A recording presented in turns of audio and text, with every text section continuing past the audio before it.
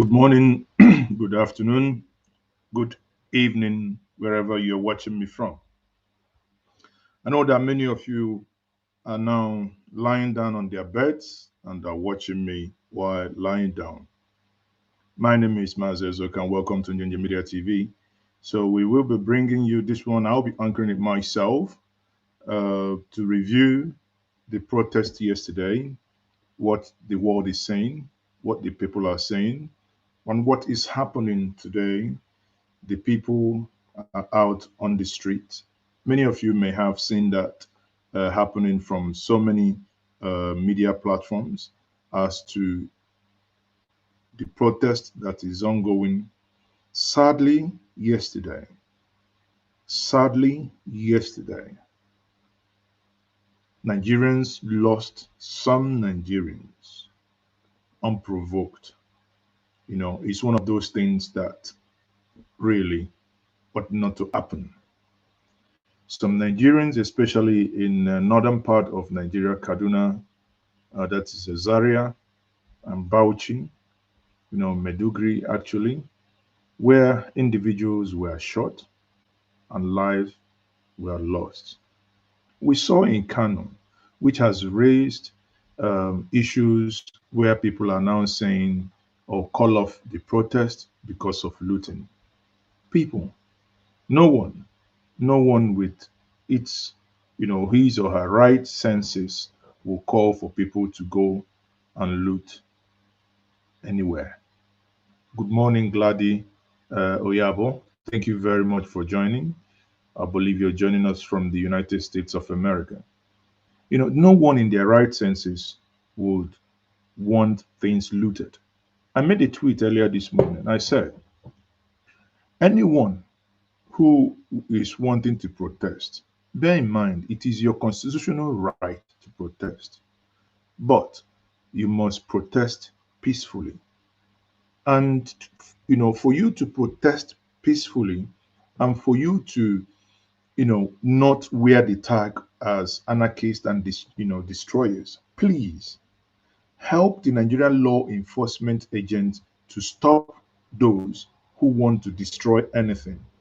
Imagine, let me tell you, after the election and when the results were announced, many of us believed that the right thing was not done, and everybody's seeing the evidence now.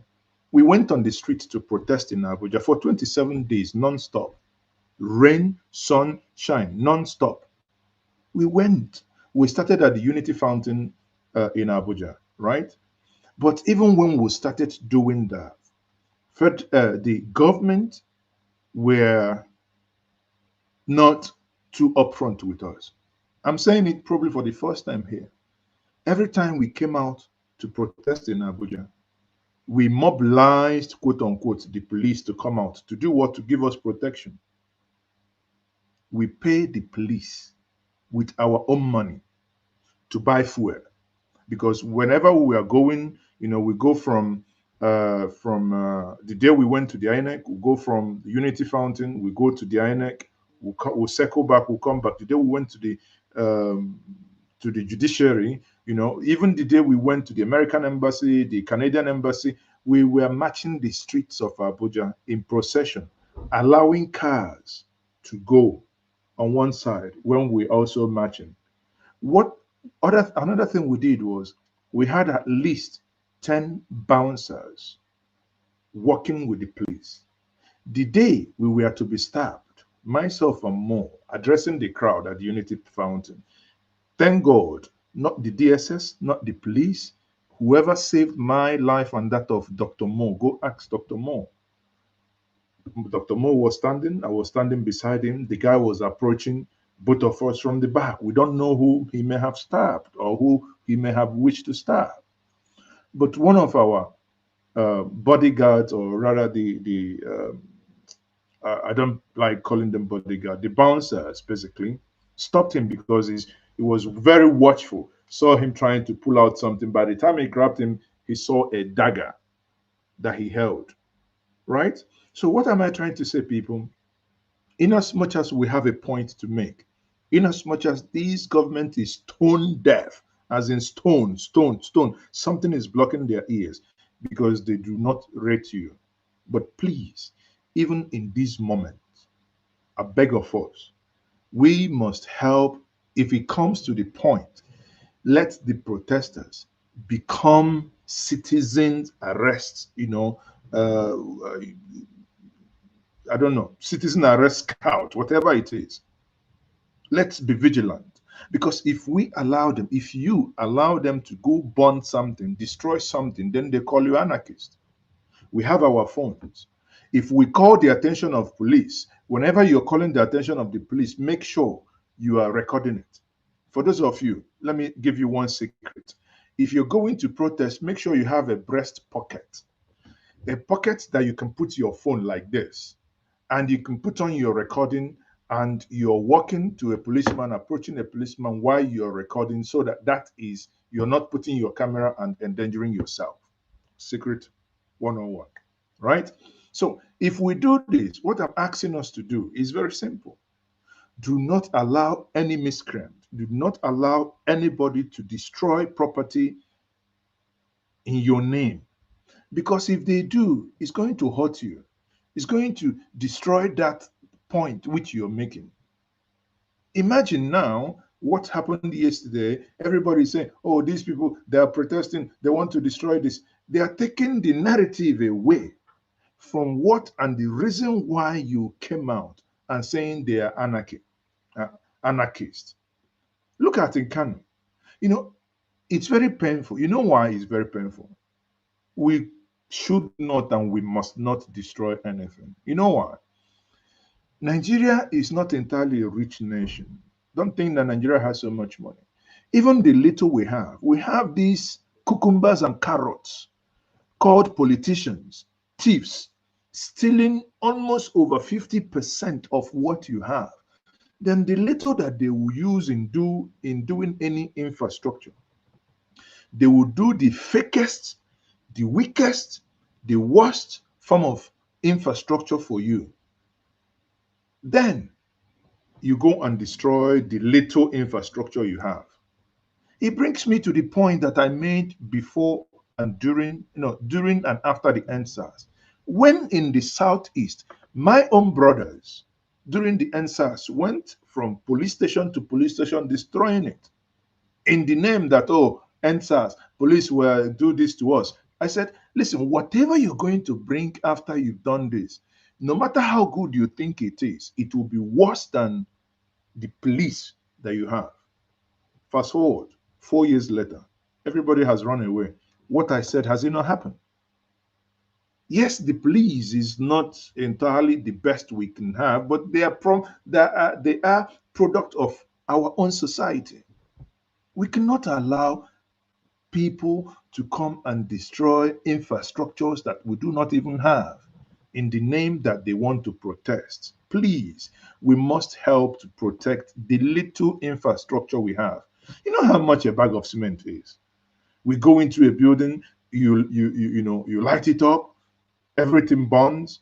Eventually, if that building is going to cost 60 million to be repaired, they're going to say it's 360 million so that they can take 300 million. Do not give our thieves in politics excuse to steal more. Do not give our thieves excuse to steal more, right? The protest, as people are coming out, people are happy, people are, there on the street saying, let everybody come out and do what they think it is your right. If you want, as long as Nigerians want to protest, it is your right. Now, listen to your minister of the FCT yesterday. Exactly the same thing that I said is what they are now trying to use as excuse to see if they will stop this protest. One of the reasons government are appealing to to carry this protest that we believe some miscreants will take advantage and cause mayhem and cause destruction of property within their state. See what has happened in most of the states today. Kano is there, Kaduna is there. See what happened in Bauchi. We do. And that's why we say, look, we are aware. You have said this, you want to. Now, listening to this man, honestly, I get angry. You have said this, this, this, this. Are you people idiots? Are you all fools and stupid? This, this, this. What did you do? You are there saying you have said this, this, this. Are you deaf? Can't you hear what the people are crying for? Can't you call the quote unquote the person you call your boss, the president, to go and address the Nigerians? How many times have I said on this platform, had the president of Federal Republic of Nigeria addressed the young, angry Nigerians on Twitter spaces that will be syndicated across social media, TikTok, Facebook, Instagram, whatever? This protest probably would have lost steam. Where is human face of this government? Akpabio is in Niger Delta the other day telling people as a response to somebody who spoke after him, oh, that don't worry, if they want to destroy this government, do this, we'll go and be eaten. Because you have something to eat. Instead of spending that 6 billion naira you guys spend in trying to stop this protest, you could have used that money for better use. Instead of wasting that money, we see it now. We'll play you the video. The people you've called to protest. See, Nigeria is a funny place. The only place where you have protest, somebody, you go and pay somebody to come and protest against protest. Use protest. It's not funny. You want to stop protest using protest. Come on now. Come on. What's up, people? And here we have. Honestly, sometimes when I listen to these guys, it really, really gets under my skin and it really wants to make you angry. They know they're telling you, oh, don't do this, don't do the other one. But this is what they are, instead of really, really listening to people. Now, look at the loss of lives in Kaduna. See what happened in Kano. And the people in Kano, the people in Bauchi, the 4 people that was shot down. I don't want to show the video here. At least I have a correspondent there. According to his information, these were unprovoked. You basically want people. See, let me tell you, it's a game plan. When these people came out, the real protesters that were doing this said they had a 10-point agenda, and which you have a copy. And they said in their demand, if you kill any protester, we will change the agenda to Tinubu must go. From day one, part of the strategy of how to distort the narrative and move the agenda forward is to say, oh, they are now shouting Tinubu must go. We know ab initio that it was going to end to this. But it was on a condition.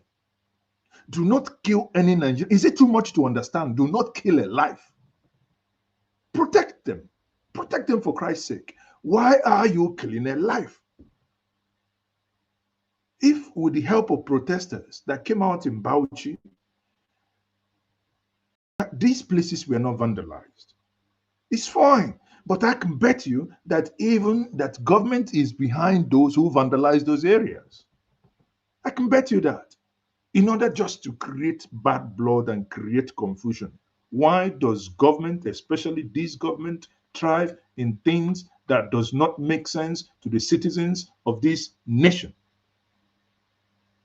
Your citizens saying, okay, I backtrack a little bit. Let me take it this way. Let me give you this example. You are a father. You have 36 children. Yeah, how many wives? Don't ask me. 36 children plus one that is neither here nor there. 37 children. And your 37 children are murmuring. With their grandchildren, they are murmuring, Daddy, Anna, Abba, we are hungry. We are hungry.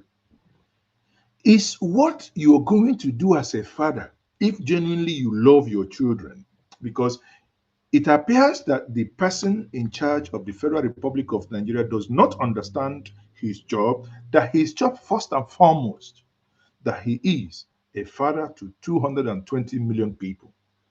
If he understands that, if that sticks in his head, then approach to certain issues has to change. Your 37 children tell you, murmuring with their grandchildren, great-grandchildren, is what you're going to do is to go, are you going to go into your kitchen to get a mortar or a pistol? Or are you going to go into your farm implement store to get a machete to tell them, come, tell me, who said that again?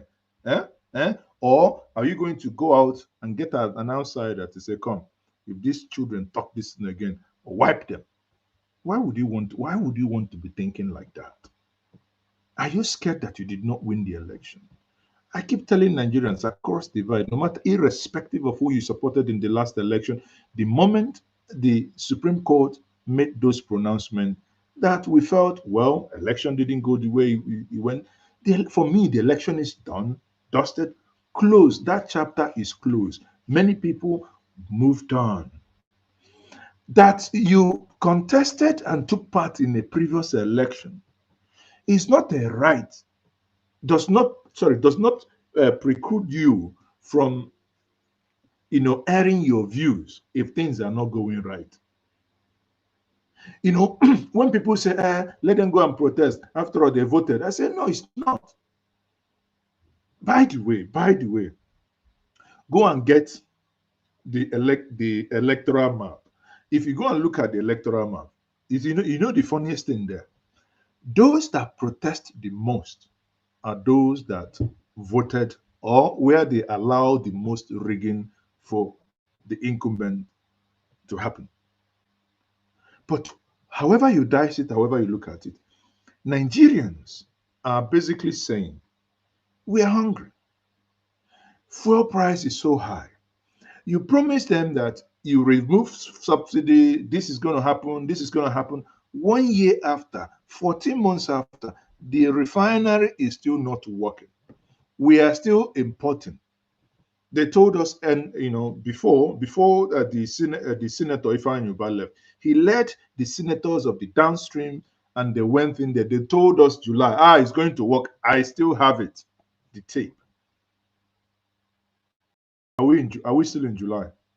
And we are paying billions to individuals working in these refineries, and we cannot produce a drop of oil. You know what it is? We have Njenje Media Studio. I pay my staff how many they are. They come to work every day. Yet they cannot post a single video. They cannot cover a single news. They cannot write a single story. There is absolute nothing there. But every month I'll pay them. I'll pay NEPA bill.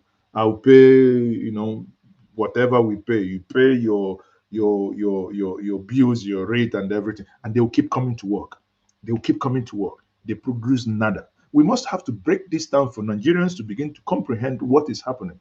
And then somebody comes in and says, why are you paying this number of staffs? Yet they are not producing anything. He said, that is the tradition. And somebody now says, okay, don't worry, we have to fix this. This website is not working. But okay, we give you 15 days, we'll fix this website. My editor, this guy, the political writer, the sports writer, these guys, everybody begins to go back to work. 12 months later, Njenje is still paying the staff and they're producing nothing. It's either myself, I am an imbecile, or that something is entirely wrong with my brain. That is what is happening with Nigeria. And you don't want people to be angry. People are saying, talk to them. I read Rufai Oseni's tweet this morning. In as much as I agree with Rufai that it is right that this president hasn't spoken to Nigerians since they started this planning protest started 6th of July, if you don't know, 6th of July, just on a communication impromptu on a Twitter space, and how they say, okay, they have to plan and do something. And everybody keep expressing their anger. People keep expressing their anger. Many people sent messages to the presidency. That I can guarantee you. My suggestion is look at what President Ruto of Kenya did when his people started it. The only mistake Ruto made was he could have addressed that Twitter space spaces earlier than he did. Anger has already built before he addressed that. So some calmed down, but some who were bent on doing something, continued. But had it been that when this whole thing started, the Ruto, the moment the finance bill was taken off the table, the first time, that same day, 3-4 hours Twitter spaces, Allow people. People don't know what communication does to you. I break it down. The moment I allow you come into my space, be it physical or virtual, there is a psychological thing it does to you. You begin to see the individual in a different light. Actually, I just sat down with Mazezuke and I ventilated. Mazezuke kept quiet and I asked him questions. He answered me. You're no longer looking at me as that devil. You're looking at me as the human being that actually the way he explained this thing, he makes sense. You have doubt in yourself. Somebody is calling, oh, come, let's go and burn this. I said, hold on now. But this guy told us, hold on. He said 3 months. I said, no, forget him. He's not going to do it in 3 months. He said, but let me wait after 3 months. At least 3 months will give you time, or whatever time. It mustn't be 3 months. It will give you enough leverage to buy, to do something, not only just to deceive the people. But hey, the government, after 108, 100 and, after 14 months, and 14 months and 3 days or 2 days, the government has not for one day, Jesus Christ, sat down with the same people. You know what it means? You have a family of 36 children with so many grandchildren. You don't have a WhatsApp group in today's day and age. You don't have telephone calls with your kids. If they call you, you don't pick their calls, and you are still going about, I'm their father, I'm their father. Whereas there are technologies free of charge that allows you. When the thing started, one of my tweets was, if the federal government is sincere and they want to take this burden off, what they should do is look for someone who is not a Baptist. Look for someone who is not an APC supporter, who has large followers, someone who is not a P2B supporter, someone who is not an Article supporter, an independent person to host a Twitter space. Let every Nigerian, get NTA to syndicate it, broadcast it, every station. Let people ask the president question. Let them ask him question. He's not a masquerade. He's not or whatever it is. Engage the people. Had they done that, we probably wouldn't have been in the mess we are in. But what they keep doing instead of do something is to keep gaslighting the people. Thank you very much for joining me. I'm still Mazes, okay? And please, please, please, for those of you joining me now, we are reviewing the protest day one review. We're going to be showing you some live feeds, reviewing the footages we are getting, and at the same time, we are reviewing what happened yesterday. Please like, share, and subscribe. Please subscribe. Like I For the vigilant right. security agencies, and such a thing happens in their city, what would you think people will say? Here we have international communities carrying out their businesses, residing in their city. So we think that this country belongs to all of us. We think that we must work according to the rule of law, and working according to the rule of law is obeying God's orders. We believe that if you want to have intelligence, that yes, you may attempt, and you may not have fully discussed, may not have succeeded what they wanted to do, what they wanted to carry out.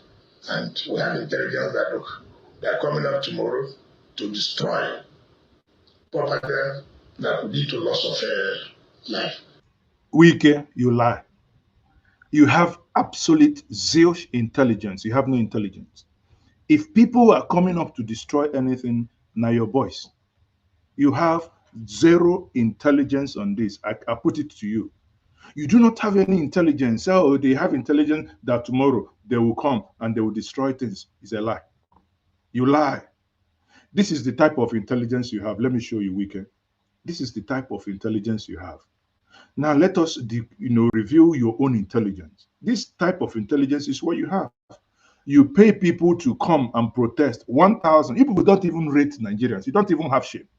Wike, under your supervision, these boys were paid as the minister of FCT. Listen to them.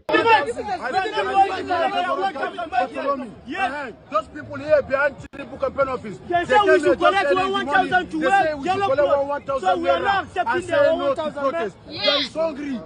So we don't agree for their 1,000. They give us 1,000. They give us 1,000. We don't agree for that. Because we don't agree. We don't pass 1,000. Do you know what these boys are saying? They asked us to follow them and come and say no to protest, and they will give us 1,000. What an insult. 1,000 to a citizen. They are giving them between 1 to 5,000. Now, I'll play you another clip. This is still on trying to summarize what happened yesterday. Again, these guys had the following to say. Listen to them. It's not me talking. I mean, there are things you begin to wonder. These guys don't even rate you as Nigerians. Listen to this one again. But if you say you dey hungry, why you can't say no protest? It's because of the 5,000. It's because of the. You see, these are people. They brought them in Abuja yesterday to come and say no to protest. A country that says say no to protest is using protest to stop protest. When this fails, is basically to give them clubbers and stick to go and vandalize. The script, we saw it in 2020. In 2020, the script is playing back again. Listen once more. But if you say you dey hungry, why you can't say no protest? It's because of the 5,000. It's because of the 5,000 naira they give to us this morning. Yes. That's the reason why we come out. To say no protest. To say it's not in our mind to say no protest. Yes. So who be the person who mobilize them?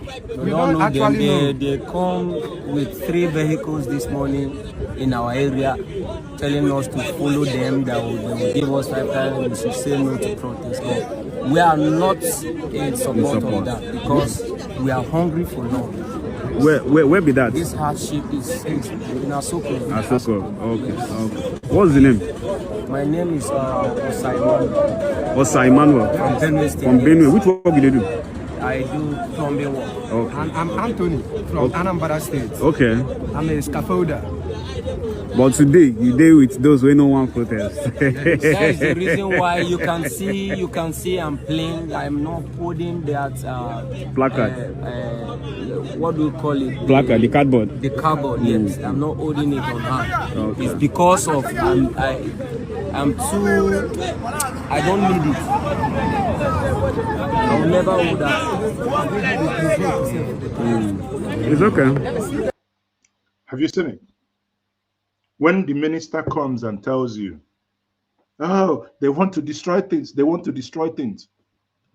I do not, sometimes I feel so sad.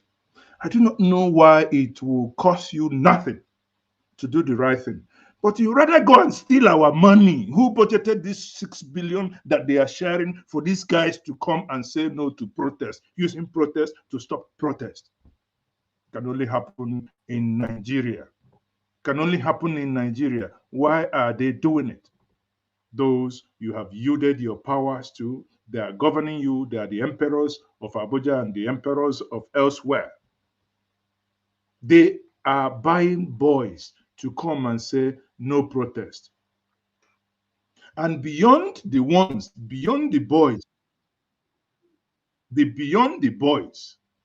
that they bought, they also scam. Not easy. These ones, if they paid them 5,000. There's one. The other ones they paid 1,000. This one they paid them 5,000. So you see the scam. They may have collected 10,000 for every person they mobilize. They go out with vehicles. Okay, 10,000. They will give you make transfer. So it is now your duty. If you're given the assignment to mobilize 200 people, they will give you 10,000 times. See, some who still have little conscience will pay 200, will pay 5,000. The other ones will pay 1,000. The other ones will do what you're going to watch next. you called mamas, mothers to come and say no to protest. And you have to do this today.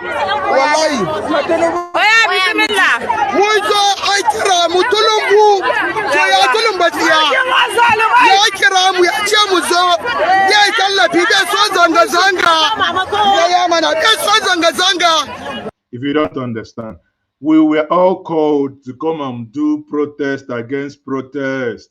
Zanga zanga, mutum, da. And what happened? After they call us, they say when we come, we'll collect money. The person that called them did what? Entered voicemail.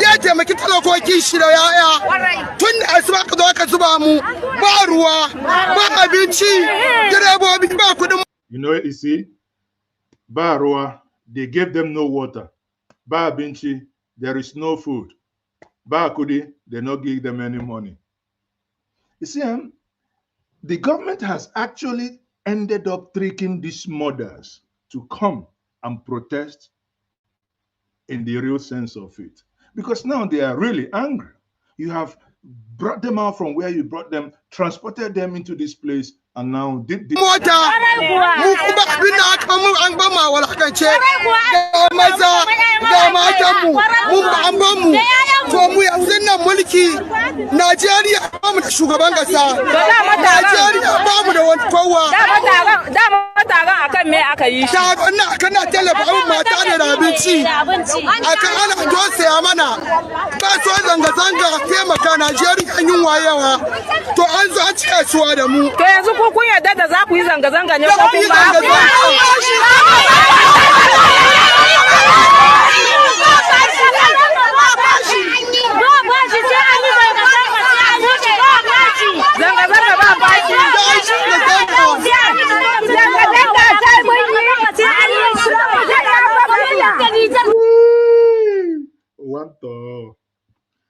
From no protest to 3 stages they've gone now.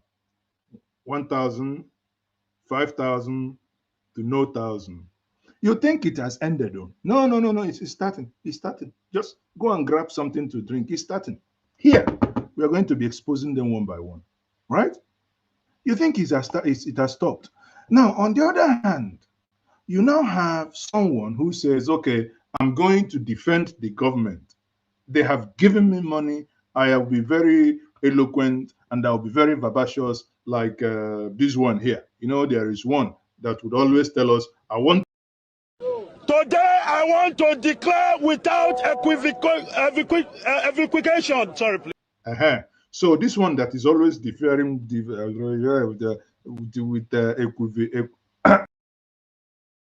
Before I go on, let me postulate from the Franz Fanonian dictum. Now you see, he is going on to prostrate. Nigerians are saying, oh, breaking news, Tinubu is addressing you. Let's play Tinubu's address. Oh, I thought he was about to address us. But on a serious note, this guy now came out. He was very eloquent. He was obfuscating and other kitting. And the following happened. Do not laugh, because it's going to be real. Cost of living removal, high cost of living, and all of that. What is your opinion? You see the protest? No protest. So they started asking him questions, what he thinks, and blah, blah, blah. He will disappear because he has nothing. There is nothing you can defend. You can't defend this government and remain sane and without sounding silly and stupid. About it. The opinion about the economy is so bad. For now, it's well, like for crude oil now. Crude oil, you can see when crude oil is going very high. Crude oil is going very high. Production is very high. So why we said protest? Production is 1.3 million today, and that is one of the lowest that we have achieved. What exactly is the government doing to increase oil production in Nigeria? Okay. Yes, do you know? Okay. These young people.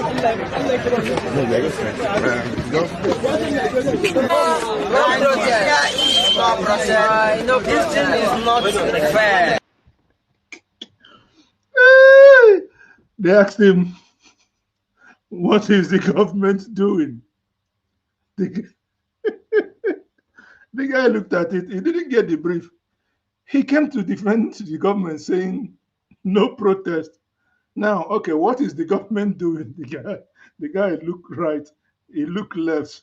He come out because he doesn't know. Listen to that again. And that is one of the lowest that we have achieved. What exactly is the government doing to increase oil production in Nigeria? Yes, do you know? Okay. These young people. This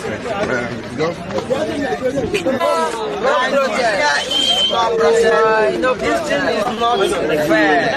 This one is not.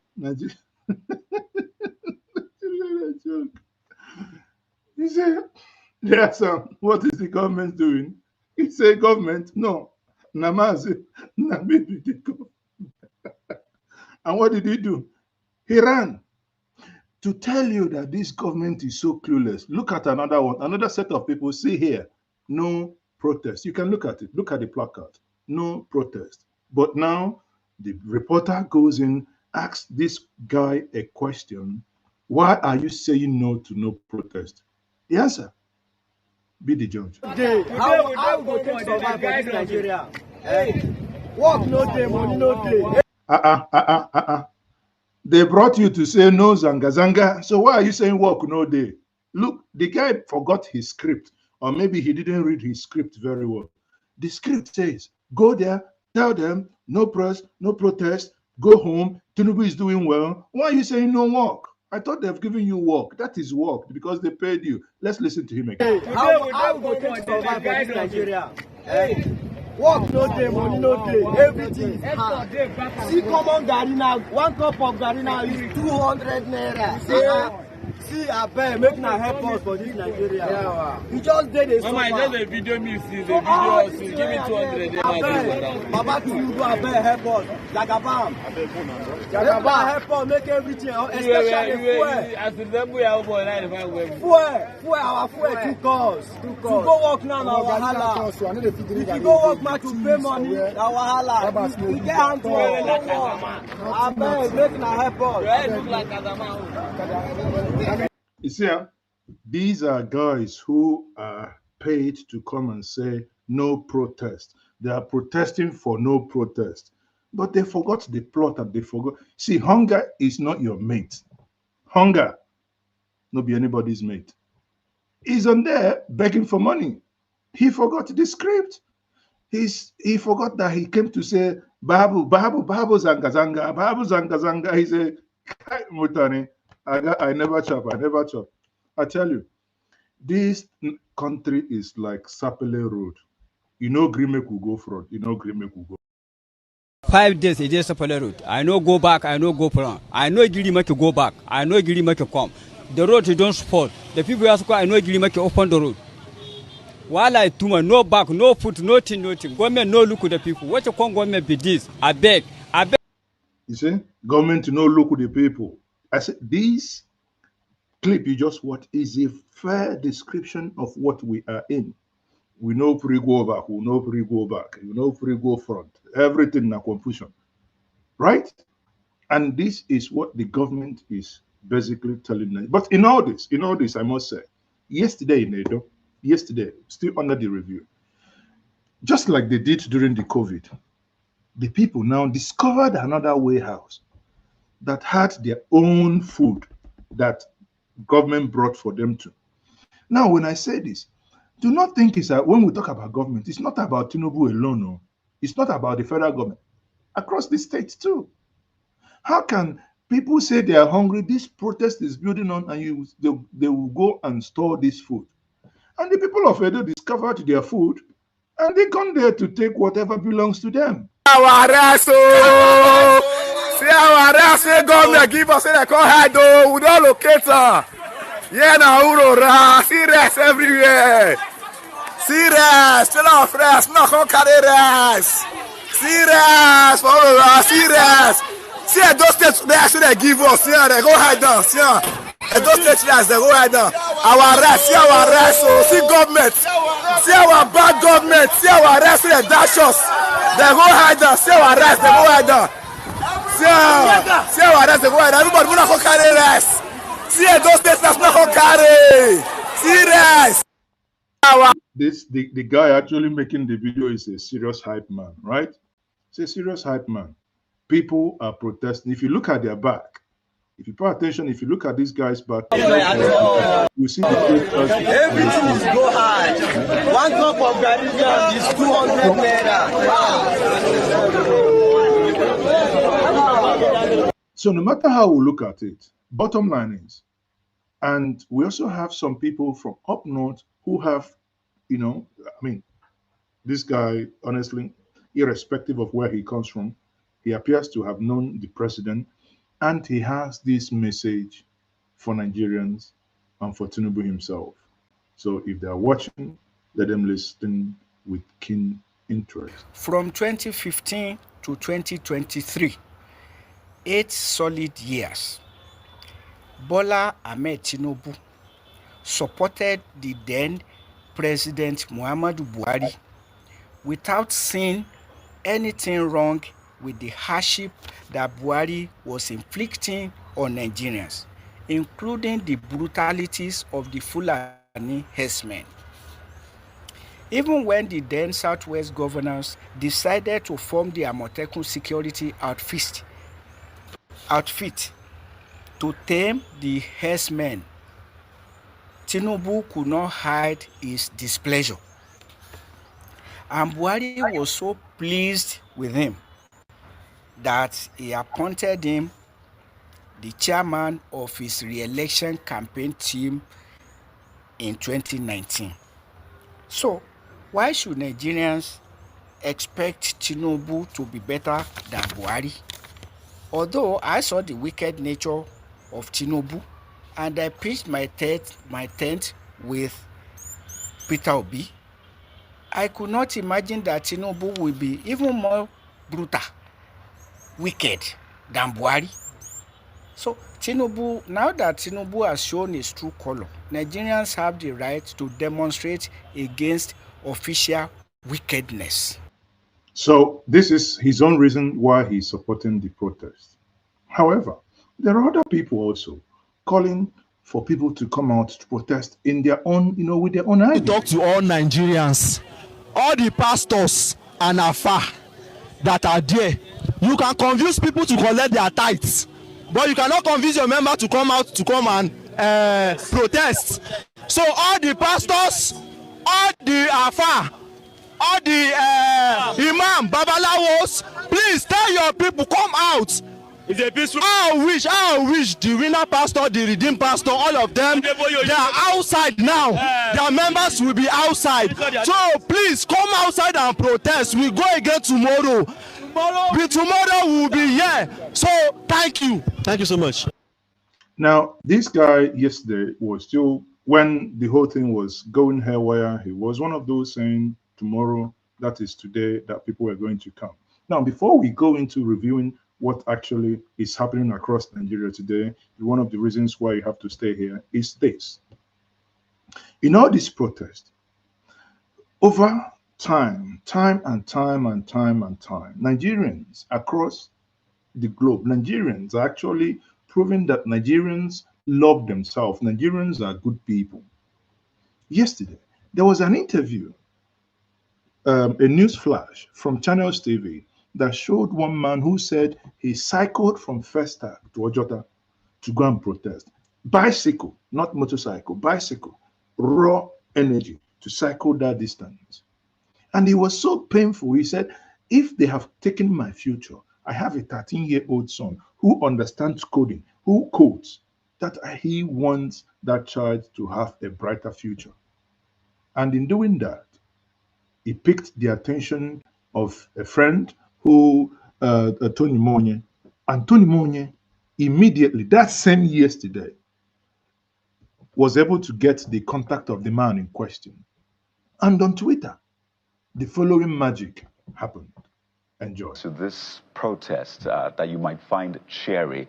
So our correspondent caught up with a man yesterday who was on a bicycle, and he essentially ventilated his frustration about his son. We'd like you to take a listen to what this man said, and then we'll bring you the cheery news that came out of this frustration, just to show you that there is a lot of good in Nigerians, both on and off social media. So take a listen to this man. I'll tell you what played out afterwards. I'm coming from first time. My son at 13 is a program. I can't even buy data for him to learn more. I can't even pay for the tuition fee.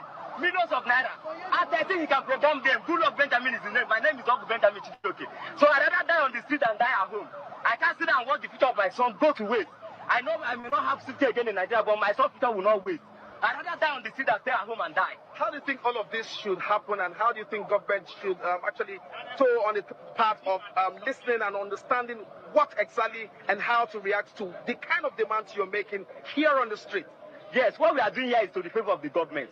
If they are listening government, if they have conscience, what we are doing is best thing that citizens can do for their government, just to air their view so that you now know where you are working on. We are not against the government. We are trying to what? Give them the leeway to show them what we need. Not what they think we need, no. What exactly do you want? We want good governance. What do you mean by good governance? Enable environment. Enable education-wise. At least the futures of Nigeria are lying to waste. We are dying. Are you aware of the student loans of government so far? We are aware of the student loan, but what is the key in everything you are doing in life? All the years, what happened to the student loan? Is it when the protest now started, they are bringing out student loan? So what is the durability of this student loan? How long will it stay? What is the durability of the loan? We are not kids. Have you tried to assess it yet? I'm a graduate. Not for your kid, like you talked about your son who is a programmer. My son is in GS3, entering SS1 now. Yes, but I want you to go into programming full time. Education we run in Nigeria is a waste. We are learning what we cannot, outdated things that we cannot use in the future. I'd rather my son drop out of school and face coding and programming full time. So if the government can give me the scholarship for him to study it, I don't mind giving my son to Nigeria. It will better Nigeria. As a programmer. So this for me, if I hear you very well, this for me would settle on curriculum for school and education to make sure that brilliant students like your son, like you said, can have scholarship to study. If Nigeria wants, Nigeria can employ them after that, but they will contribute to Nigeria. And see, most of the Yahoo boys, you see, they are very smart, but they are channeling it to the wrong way, to the wrong thing, because the enabling environment is not there. Yeah, clear passion from that gentleman. His name, Benjamin Chijioke Ogo. Let's just say accidentally, just caught up with our correspondent who was trying to get the feelers of the people who are protesting. He rode his bike all the way from, I think, Maitu, and came down to Ojota to be part of the protest. Really now the fact that, look, he needs his son to have a better future than he did. And some good Nigerians saw it and they were like, okay, this is a need that is very clear. Let's see what we can do. And they decided they want to raise funds for him. And they put out his account number. And they wanted to raise 1.8. We understand that money has now been raised for the gentleman so that his son, who intends to be a programmer. So you can see, yes, that's from Maurice Monye. Hello, guys. I've gotten his details. 1.8 is needed to make the dream, to make his dreams come true. And all of that was listed. And then eventually, money started trickling in from 500,000 to 1.2 to all of that, and we understand that bullseye 1.8 million naira. Benjamin Chijoke may have rode his road. He rode the road to fame from Mautu to Ojota, you know. Now, if you go to the Twitter handle of Monye, you will see the conversation between him and the man in question. How the man really deeply appreciates what is done for him. And that is where I want to commend us as Nigerians. In the midst of what the politicians want to do, they want to knock our heads. They want you to see the other person as your enemy and see this person as your enemy. No, in the midst of this, nobody cared. People, east, north, west, south, everybody looked at this and said, the only thing they saw is a 13-year-old boy who designs game, who can do better. Because his dad understands what he's doing. You can see the passion with which his dad spoke about that which his son does.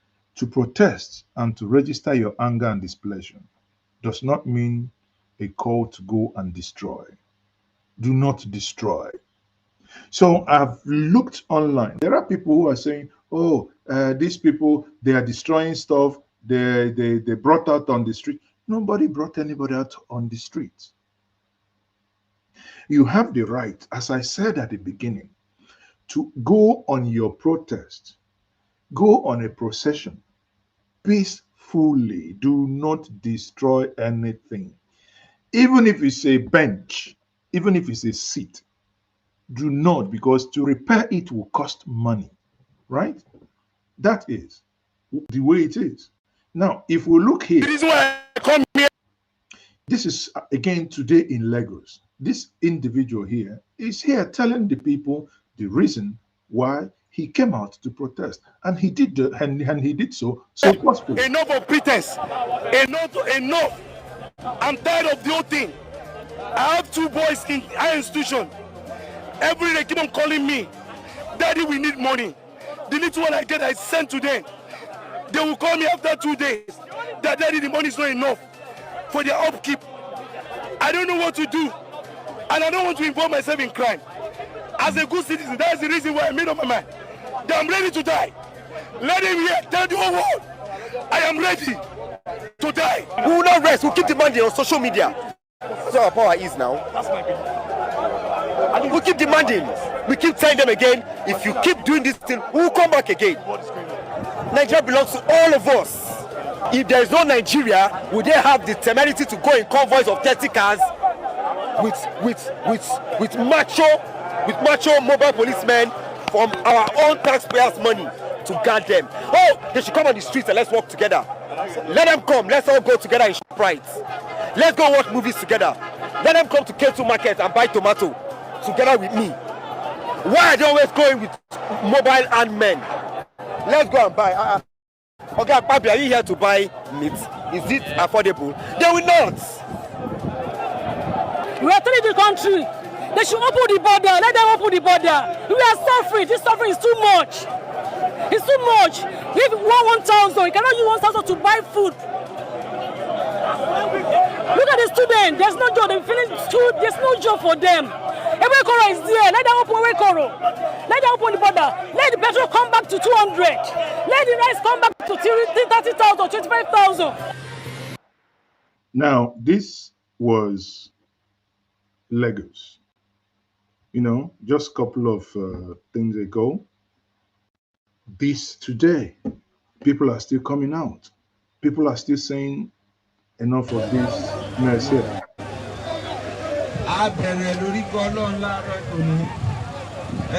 Ogun State. But look at this. Ogun State. They are really, you know, organizing themselves, donating, you know, because really pulling it off.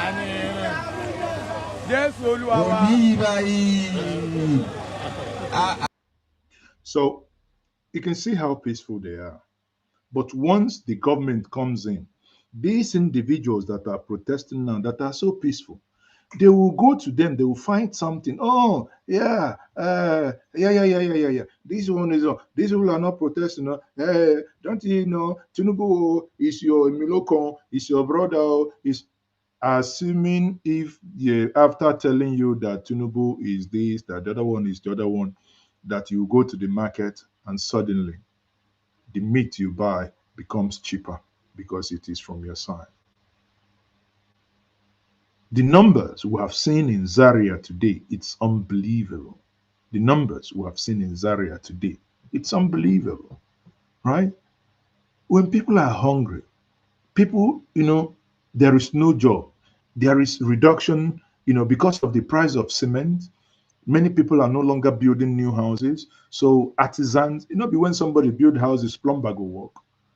Not when somebody build houses, person where they do POP go do POP.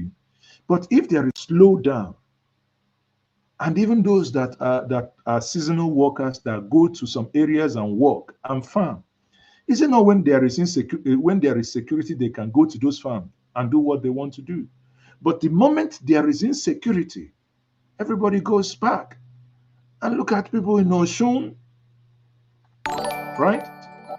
Today, please, please, please, thank you very much, Felix, for subscribing. You know, guys, if you subscribe, we give you a shout out on the screen.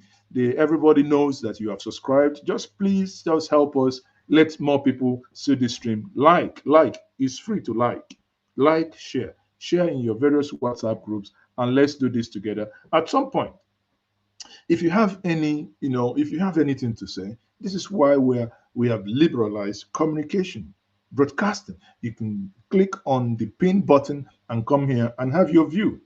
Even there, we still have questions. We asked questions there. We have over 500, over 600 people watching, and we can see only how many people that really that put their vote in. Oh, okay, we have 757 votes. So some of you are basically no longer watching, and some of you have either had left. So, but what it is do you support that the protest continues? 86% of you say, yes, we want the protest to continue. 7% says, no, we don't want the protest to continue. And 7% again says, we don't care. So whether they protest, they no protest, concern us. Again, in the comment section, you have the right. That is on the Q&A. It says, do you think this protest will achieve anything meaningful? Drop your comments in here, right? So you have the right to drop your comment. Tell us what you think. Oh, guys, Shadrach, thank you very much, guys. Smash the like button. Smash it. So let's go back to Ogun State. Let's go back to Ogun State and see what they are doing in Ogun State.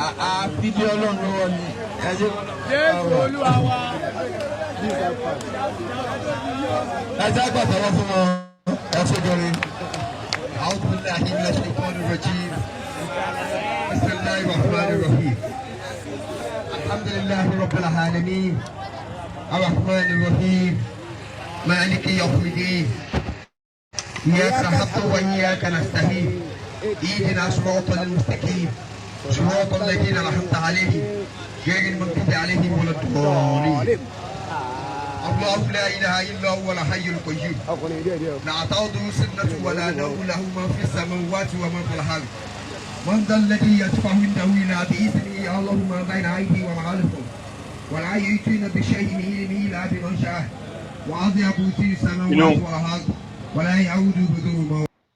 my understanding of what I've seen happening here is very interesting. Today is Friday. People go to the mosque. Now, I believe the reason why I've chosen this video, it's very, very interesting and inspiring at the same time. So rather than not to come out to join their brethren to, register their displeasure, they say, okay, guys, come out. That thing that we have to do in the mosque, let's do it on the street. And you can see them. That's what they were doing.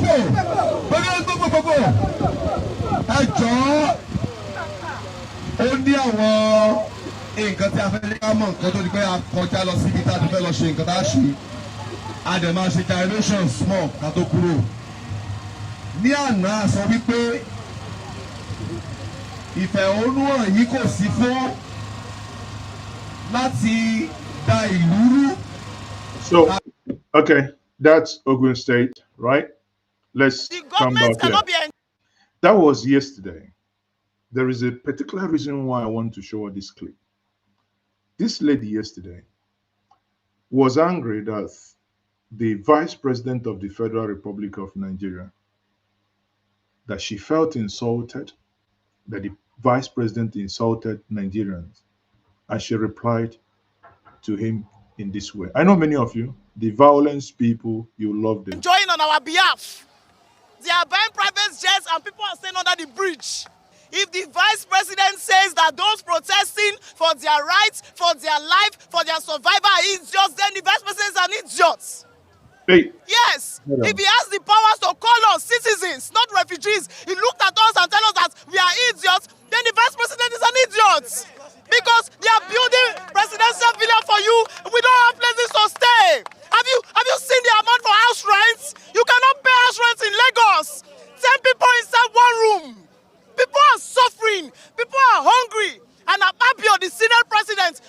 unfortunate Senate president is telling us that he will be in the house eating while we are protesting. If we don't ask him, we will ask his children.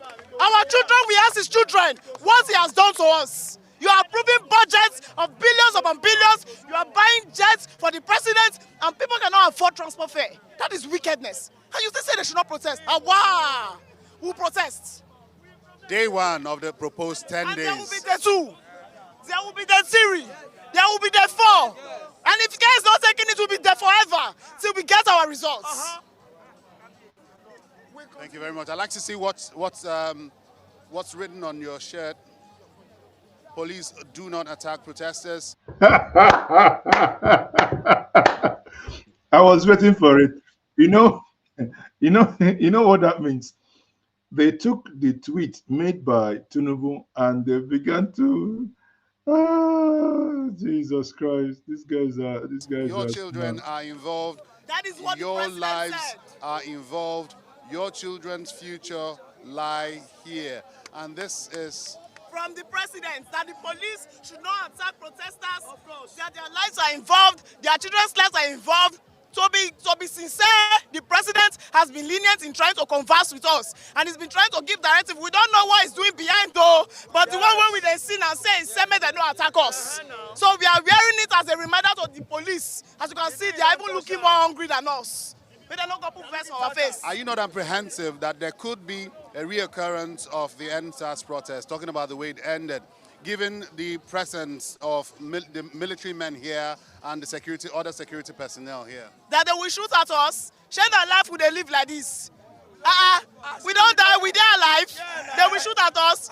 We get people that died at the Lekki toll gate. Are we better than them?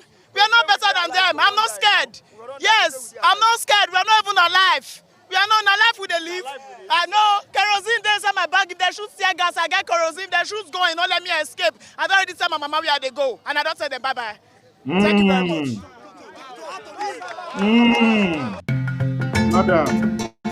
Madam, this one enter. Tell you, this one enter. You do me for body somehow.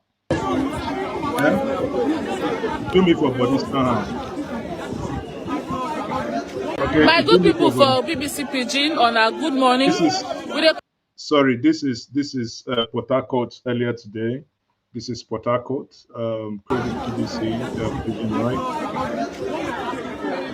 And thank you very much, my good people for BBC Pidgin on a good morning. We come to a live from the Federal Secretariat, Port Harcourt, where the End Bad Governance protest don't begin. This one at day 2 of the protest will start yesterday.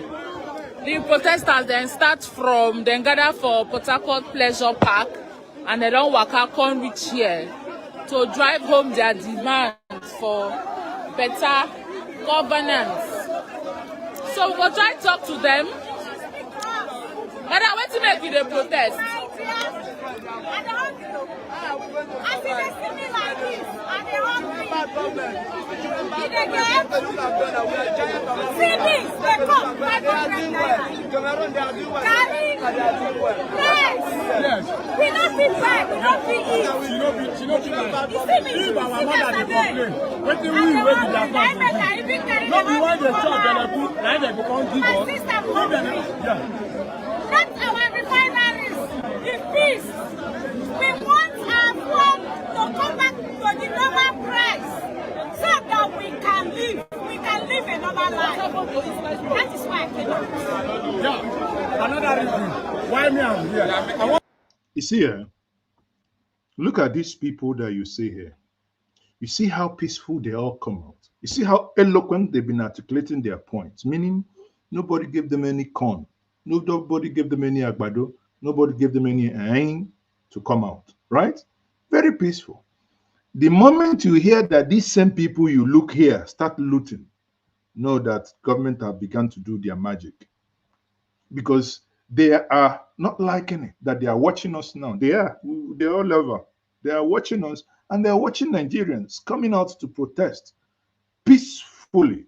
And that's why I keep begging us, please, maintain decorum, maintain peace. If anybody want to go and loot, make una join hand and give them small not too panabitan, but small brain reset. Make that person no give Just ask the question. When last are they hold federal government salary? When last are they hold Mr. President salary? When last are they hold out of rep salary? When last are they hold senator salary? When last are they hold governor salary? That they will come after their cry. That they are holding us to, for they will hold our mother, they will hold our father, they will hold our uncle. How are they going to feed us? How are they going to feed us? Mr. President, we know that you get the power to do the right thing.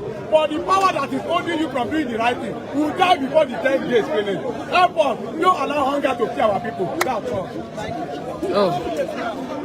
Before we take more from the Rivers people, if you're watching us and you are anywhere near the protest ground, please, in the you will see a pinned message. You can click on it on any time to come in and give us live feed. We are still waiting.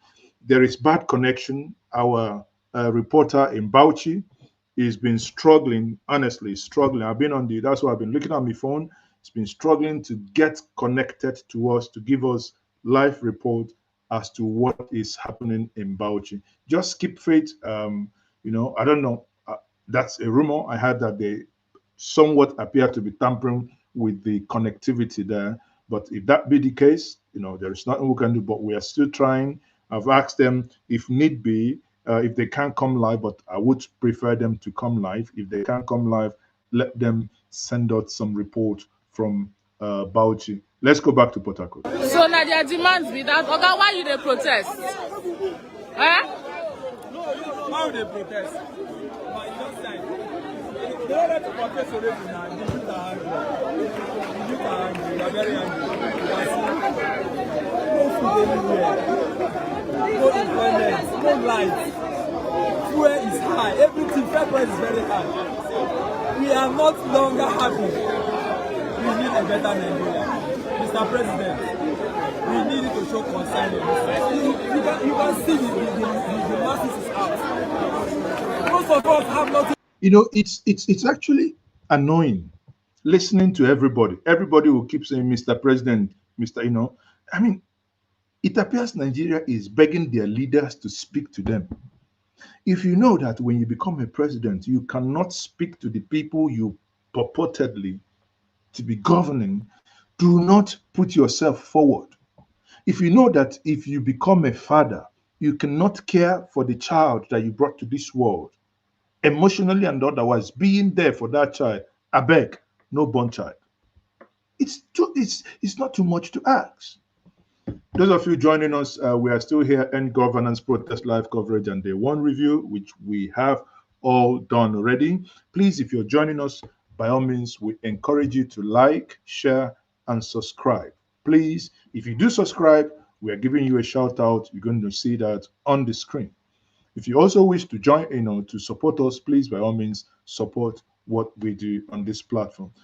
On the comment section, you can see the $sign. That gives you the opportunity to buy super stickers and to buy super charts. On that note, we'll continue. We're going to be going to Lagos shortly because a lot is happening within Ojota.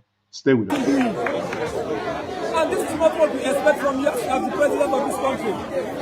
Please, we are begging you, Mr. President. Help the youth, help the fellow Nigerians. We need your concern on this issue, please.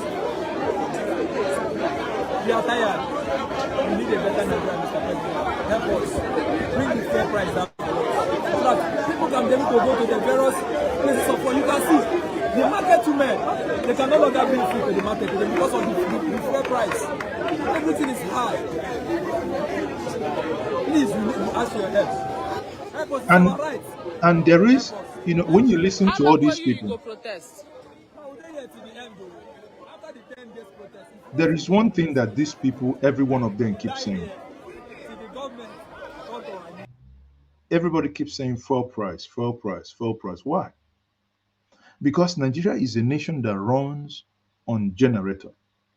There is no light in most cases. So people have to run. The economy is a generator economy. During the African Cup of Nations, I believe, South Africa called us generator, whatever. People took offense, but it's true. It's true. We run There is no household, even when you come to a place where you have flats. Everybody in the evening, you hear, you know, you have children, you have even three generations now born that generator is part of their brain. Many of us, if I stay in a place where the generator is on for a long time, I have serious migraine. But to have children that they were born, they used to it. There is nothing. In fact, if the noise stops, it's like something will happen. They might wake up. Children now sleep, wake up with generator noise. They now in their life, that is something new. Hence, everybody is saying, people, they drive the car with fuel. They power everything about their life with fuel. Hence, everyone is demanding reduce the price of fuel. Okay, that's what we say for Port Harcourt.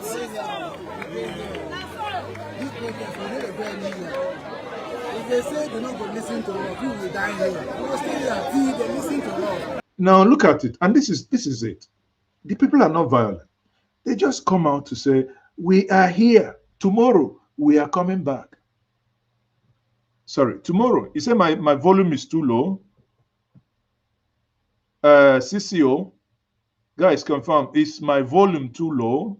CCO said my volume is too low. I do not think, because I have not changed any setting here. But in essence, what I'm saying is that what is happening here is not acceptable. So, guys, let's go to Lagos. Let's go to Lagos, right? Let's go to Lagos, because this is Lagos.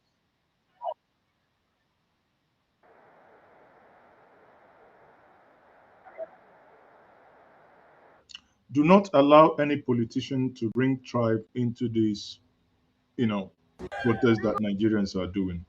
Now, this is Ibadan, okay? This is Ibadan. And I wonder, there is a program last night that has problem with people calling the president. I mean, that is, in when someone is when someone is angry, we give a preference to those who are those who are on ground joining us. If they want to give us feed, please, anybody who is out there, can click on that link to join. Now, if people are angry, allow them to ventilate whatever they want to say, as long as they are within the ambit of the law. This is what happened in Ibadan earlier today.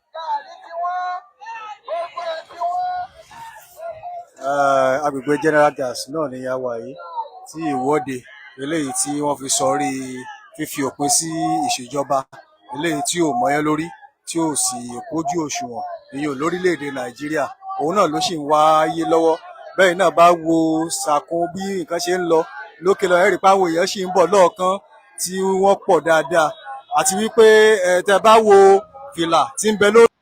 Okay, we'll come back to Ibadan. But before we do, let's go back to Abuja. There is a development in Abuja. When we started, someone commented here that the protest, I think that's Comes to Venture, that the protest, in his view, has already achieved the aim that the people started it with. But as we speak, there is a developing story where the agents of the government, when you talk about government, the federal government and the FCT, is now trying to disperse people exactly what they did yesterday, trying to provoke Nigerians into doing something untowards. You can watch it here. This is what they are doing, throwing, tear gas to the Nigerian people who have come out to protest.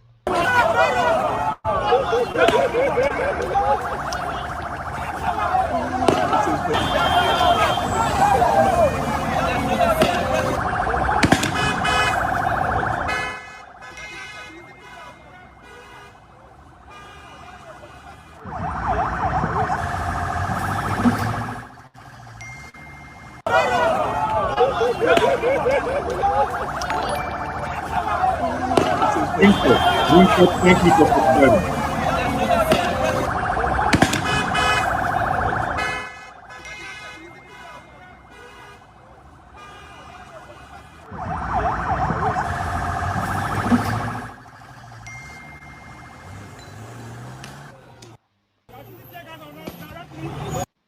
You see, it's only when they see civilian protesters that they begin to have erection. Suddenly they will now know how to shoot tear gas. But when bandits and kidnappers are taking over everywhere, they will not, because these people are peaceful, protesting. Their also aim is to provoke them into violence, to provoke them that they will say, oh, you see, the whole point here is the federal government wants they want to just establish curfew. Everybody, oh, no protest, no do this again, everything. Oh, you guys want to burn Abuja. When we began, early this, about an hour ago, I played us a video where the minister of the FCT is telling you that the protests, people died yesterday, that today they want to burn down Abuja. If there is any of such that happens in Abuja today, know ye and know that is the government that is doing it. The people came out. Everything that has been happening, everything has been so far so peaceful, is government that is trying to project and promote violence. They want the people to retaliate so that they will begin to go head on. Suddenly it will be, oh, this is Yoruba, oh, this is Igbo, oh, this is Hausa, this is Fulani. No, do not allow yourselves to be used for such warped narrative. Do not allow yourself. As long as you want to protest, go ahead, do your protest peacefully. If you want to stay at home quietly, gingerly. It is not a crime. Even sitting in your house is a form of protest. Because let's say on a day, the whole if this protest now, if let's say people now say, okay, you don't do us, everybody, both federal government worker, every day for 1 week will not go come out. Let's see how they will survive. Everybody, everywhere, fear will catch, they will run. Fear will catch them. So it doesn't matter. If you decide to stay at home, stay at home. If you come out, please remain peaceful. Register your disgust. You know, when you say people are hungry, you're hungry. It's not a crime to be hungry and to say that you're hungry. So we're going back to Lagos now, where you can see this young child saying that my dad can't afford my school fees. My president, help, please. Very, very touching words. This is Lagos. My dad cannot afford. Okay, sorry about it. I don't know what happened. I just got your feedback that there is no sound. So let me try to fix that. But while that is ongoing,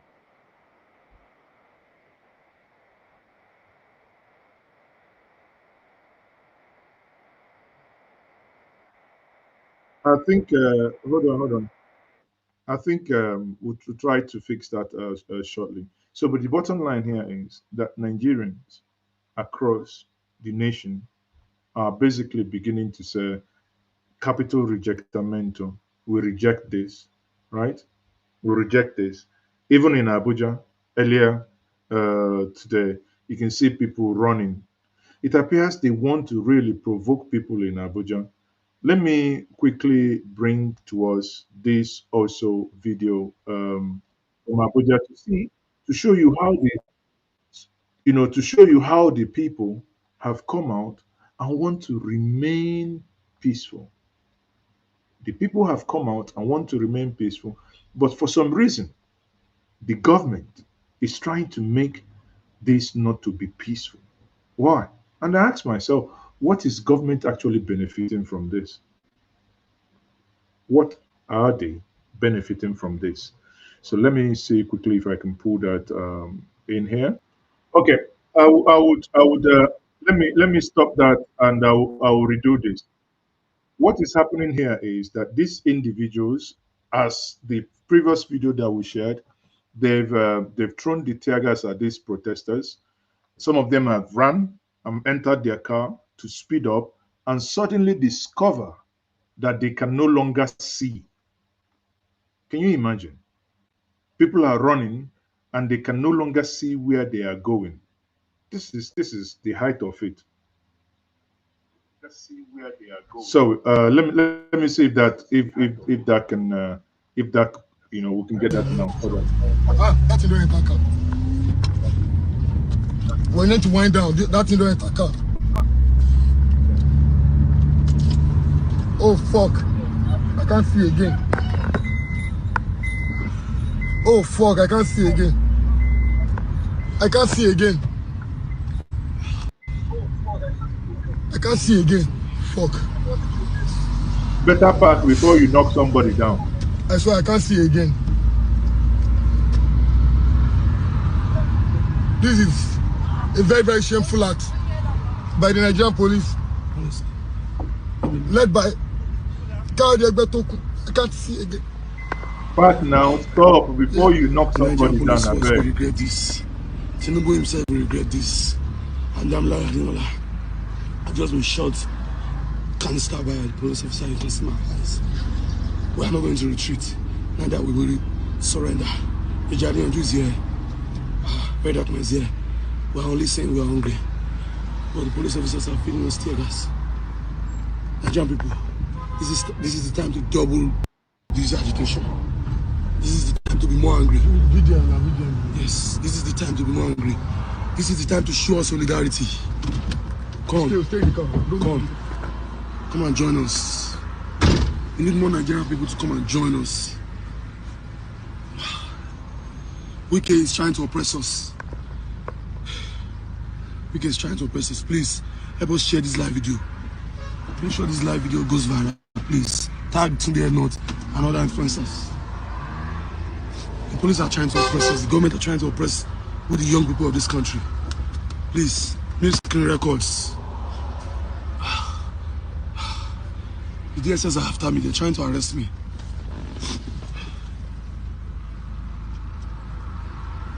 Now tell me, call for a peaceful protest. What? And everyone is gassed up. What is the government trying to achieve by doing this? Rather than provide them security, they are chasing them. Very dark man. Yeah. This is very dark man. He's been injured. See how he's dripping water. Oh boy. We only said we are hungry. Wow. We only said we are hungry. We did not fight, nothing. I don't even do anything. You understand? And then, boom. We are going to we are not going to retreat. We are going to regather. We are going to regroup in number.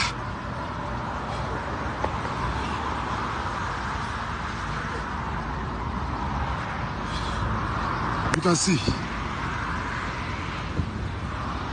You can see Nigerians. Mumbo. Michael. Eh? Let's get some food. I don't see again. We can't see again. Michael. Yes. Michael. Eh? Bring it. End the light, let's.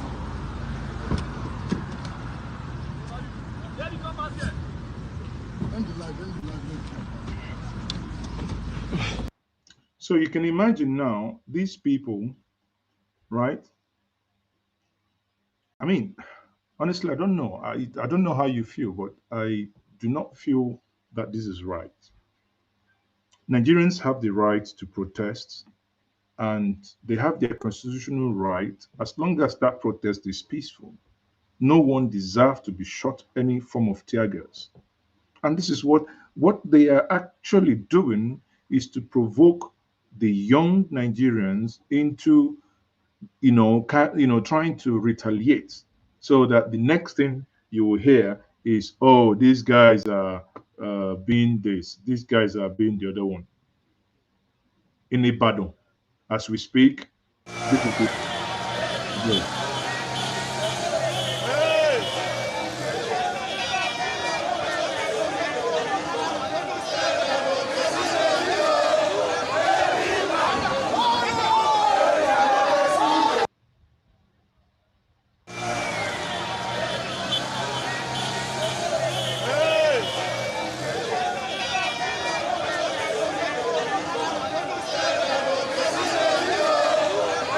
What one is expecting, as you're looking at this procession is going, one is expecting the police, the DSS, to be at the side, control the traffic, and allow them ventilate. They proceed from this place, they may go to a particular place, a location, and stay. And that is fine.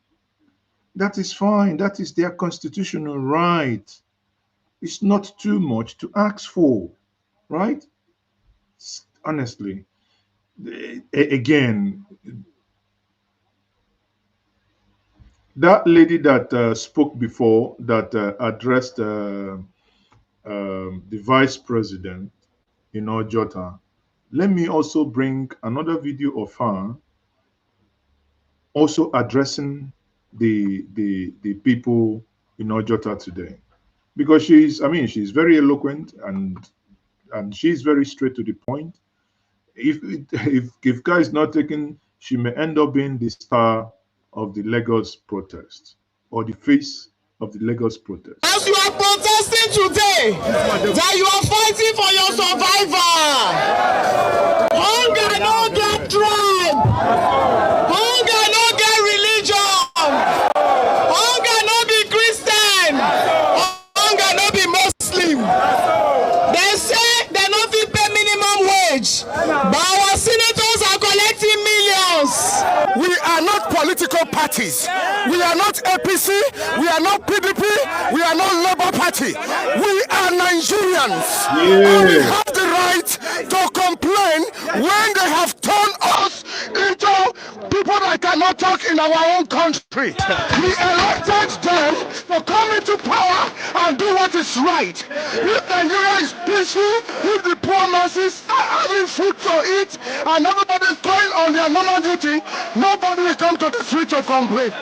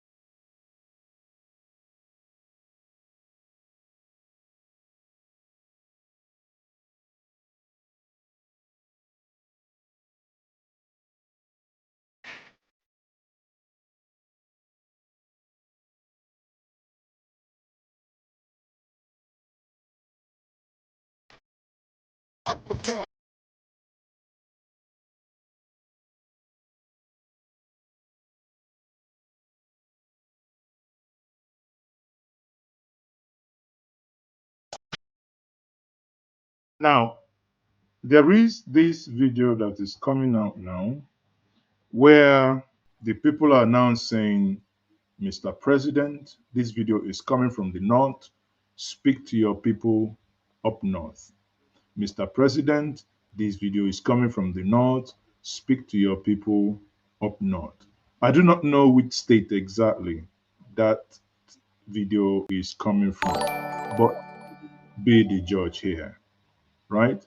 Because the people are not smart.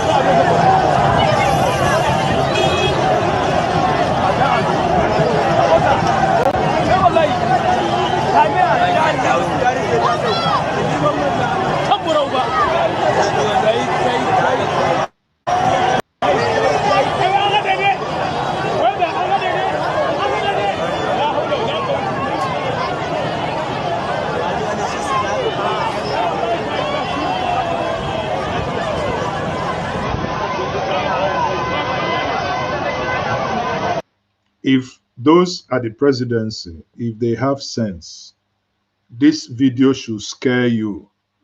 What you are looking at here, if it continues in this manner, when I said it, this protest is mainly from northern part of Nigeria. When they said they are hungry, Mr. President, address Nigerians, speak to them as those that you govern. They put hand for ear, they talk my own. If this thing continues in this way, if this thing continues in this way, wow, look at it.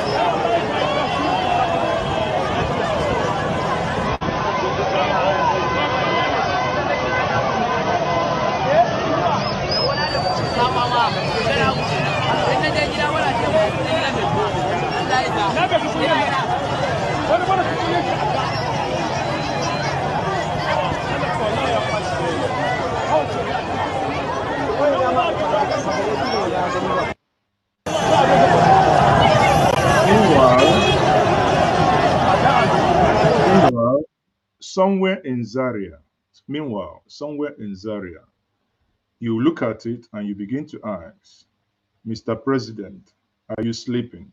Something is happening under your nose. If they're not telling you, we are here showing you all these videos for you guys to wake up before it's too late.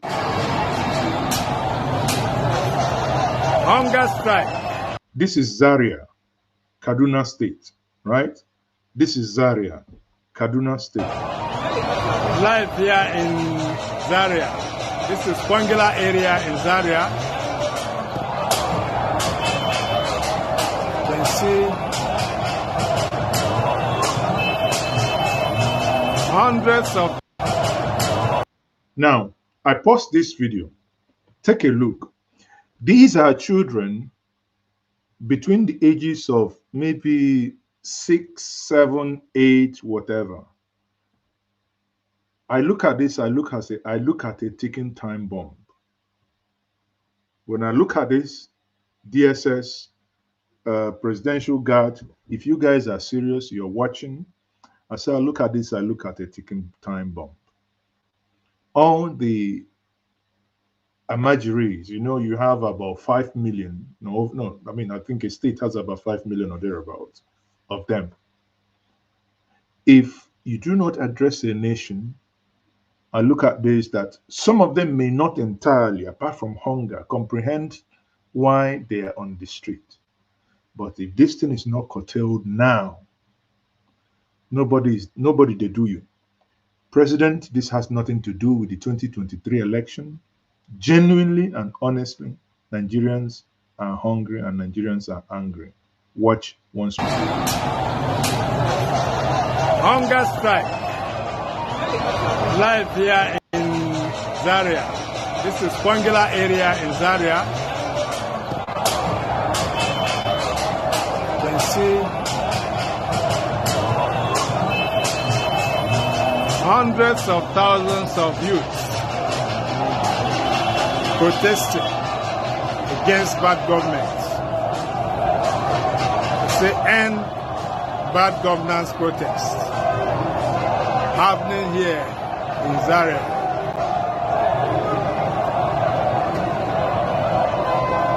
They have been quite peaceful, but they are not predictable. When you see a mob like this, their actions definitely cannot be predictable. Just pray that it remains peaceful. Kwangila Zaria.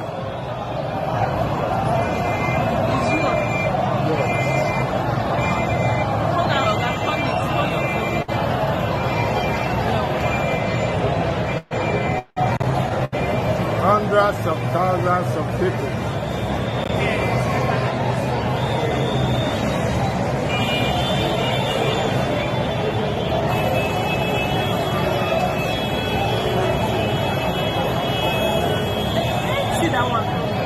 Hunger protests live in Kwangila Zaria.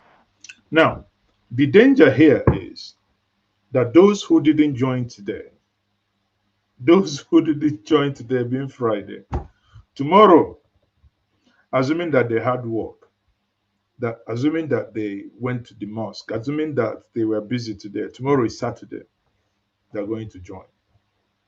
The earlier the government does the needful to know that the people are pissed off, to know that the people are pissed off, the earlier hunger protests, the earlier the people, the government does the needful before it gets to a point where things might start getting out of hand, right? And as we speak, as we speak today, earlier also in Lagos, there was this standoff between the some protesters and the police at Ojota. Make una no pull, abeg, make una hold na trigger, make una guide us, because before you know it, they go do una barrack. Before you know it, they go dey pay una 1 million. Because now una suppose to dey aim pass those so-called senators. Now una dey fight people wey dey loot. You see, the guy is telling them the truth. They're supposed to be earning more, but they are being used to do boy. They are not earning anything that is meaningful and tangible. It's why you have to stand with the people that can speak for you, because the law you sign is against you coming to protest. So stand with the civilians, stand with the people to protest against you. Sure. Stand with the people who are hungry that affect you. Stand with the people that will not betray you tomorrow. Power is not for them, but you are holding this one today, tomorrow. Sure. That is why you have to use it. Use it well. Power is not for them. God bless you. God bless you. God bless you. God bless you. Shout out to Nigeria police. God bless you. God bless you. God bless you. You see the psych here. The police came for standoff, and you saw the way the guy really disarmed them with his oratory power, and they had to stand down. They are human beings. Even when Fela said it, my legend, uniform na cloth na tailor dey sew am. Say, uniform na cloth na tailor dey sew am. So this same uniform wey you see here, na our taxpayers' money. Now the people's taxpayers' money. These guys that are here, they are the ones that paid for this to happen. And they are retreating. God bless you all. God bless you all. God bless you all. Shout out to Nigeria police. God bless you all. God will bless you and God will continue to bless you. God bless you. God bless Nigeria police. God bless Nigeria police. God bless Nigeria police. No, at least they listen to us at the moment now. You see, at least you heard him, at least the Nigerian police listened to them. Let's go back to Oshun. Let's see the people shouting on top of the bridge what they are saying. Jẹ́ ti ń ta àwọn aráàlú lẹ́sẹ̀ kókó nínú àwọn nǹkan tó béèrè fún ti ìpínlẹ̀ Ọ̀yọ́.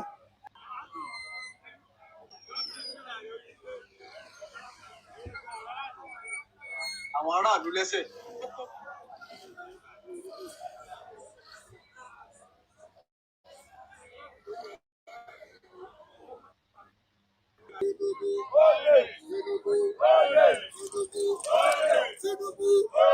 Tinubu. Ẹ̀mọ̀ kan tó ṣẹlẹ̀ ní pé Tinubu àwọn àjẹyà as in we guys are suffering, no food, no everything, no money, no everything, but let me just give to my friend to say something.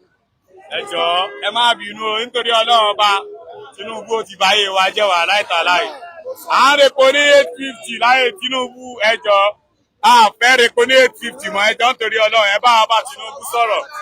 Ó ti yé yín ẹ jọ̀ọ́ nítorí Ọlọ́run abẹ́mọ̀ repo ní 150, 200 ẹ jọ̀ọ́ 100 naira lábẹ́mọ̀ ra epo ẹ jọ̀ọ́ nítorí Ọlọ́run.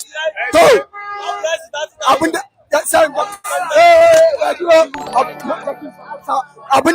ya sa ba abinci ba kuɗi ba komai da komai ya kamata a ce duba mana mai yayi tsada. Àwọn ìjọba àpapọ̀ kan bá wa mú owó táàkì tán gbé lé àwọn kọ́pìnì wa tí ó bẹ lórílẹ̀ Nàìjíríà kó mú wálẹ̀.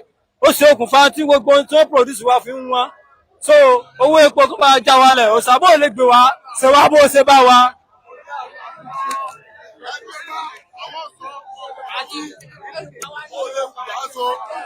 Yàrá 65 naira ló fi sí 65 ní yàrá fi sí.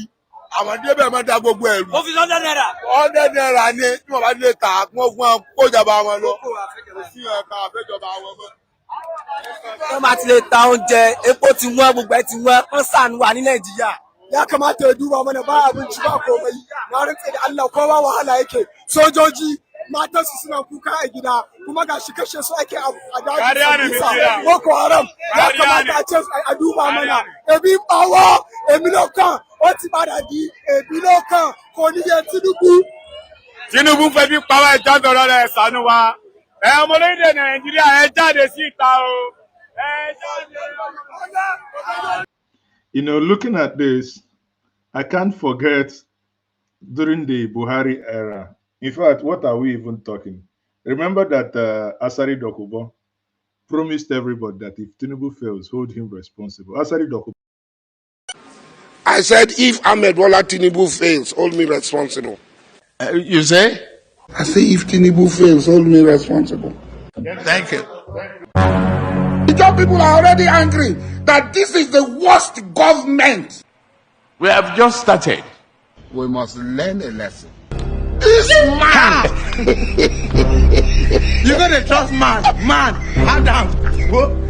Your eyes will see what your mouth cannot talk. He can't trust man.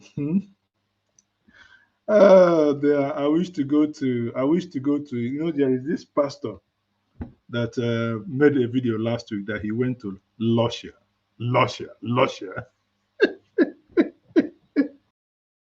I have so many power.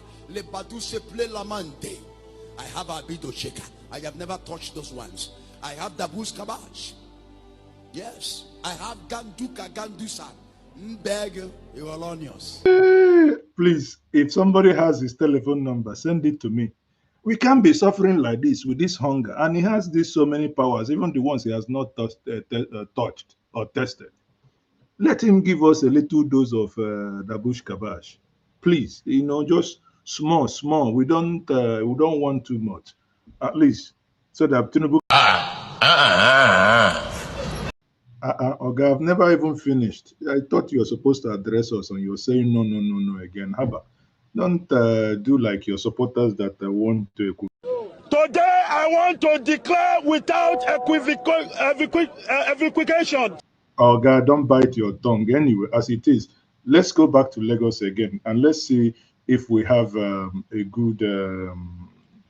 If we now have a good audio, because I want you to listen to what that guy was saying before the audio went back. I hope that the audio will be nice now. Let's go back to Lagos. Not solve our problem. Let him go. Constitutional right. He said no to bad government. President Tinubu said that he understands the job and that nobody should pity him. So I don't want to believe that anything that is overwhelming the president is the reason why people should give him more years. More years of this foolishness will be more chaos. More years of this government that does not have clear vision will create more chaos. And we cannot wait and continue to be hungry till the next 4 years before we take the bull by the horn. It is time. The time is now. If we continue to suffer and smile, probably because the ruling class has been able to divide us through ethnicity, through political affiliation, through religion or region. But now it has become clear that hunger, poverty, hardship is not a respecter of ethnicity or religion. We can see clearly that while we are all hungry and angry, they are in their room eating, as said by Senate President Akpabio, that you can go out there and protest as much as you want, that we are going into our room, into the comfort of our rooms, and be eating. So this has shown us that this is a government that clearly lacks vision. And it is a simple truth. It is a simple truth. It is only logical. It is only logical to bear with a government in this kind of hardship if the government is also leading by example. You remove the fuel subsidy and you now share this money among the class, among the ruling class. So it is not something that we keep on passing. So and this is why we are here, and there's no going back. There's no going back. In fact, these protests have shown to us that a people united can never be defeated. You see, there's a lot of narrative that it is a particular ethnic group that wants to destroy Lagos. It's a party. You see, they all know all these things, and they are gaslighting us. And we are saying enough to all this propaganda. We are not buying it. We have seen the power. We have seen the power in unity. We have seen, look at everywhere now. You can see security forces everywhere. As if they had the intelligence that the bandit leader is around somewhere that they want to arrest. They want to make arrests. So we are saying enough is enough, and the government must revert back the price of petroleum 100 naira. What is your name? My name is Nuruddin Aide. 100 naira minimally, and the implementation of basic minimum wage right now, and after that we ensure that all those public office holders they are also placed within the minimum basic wage. Thank you very much.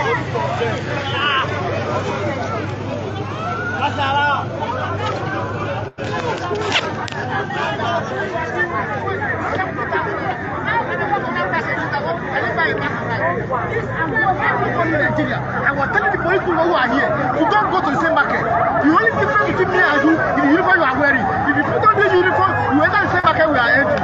Don't be deceived by whoever that is pursuing you. Listen to the voice of the people. If really you are a friend, the police want to protect everybody here. But the police is trying to take sides how they can make peace here. Because they are doing a good job. I'm not going against that. They are doing a good job. What they should do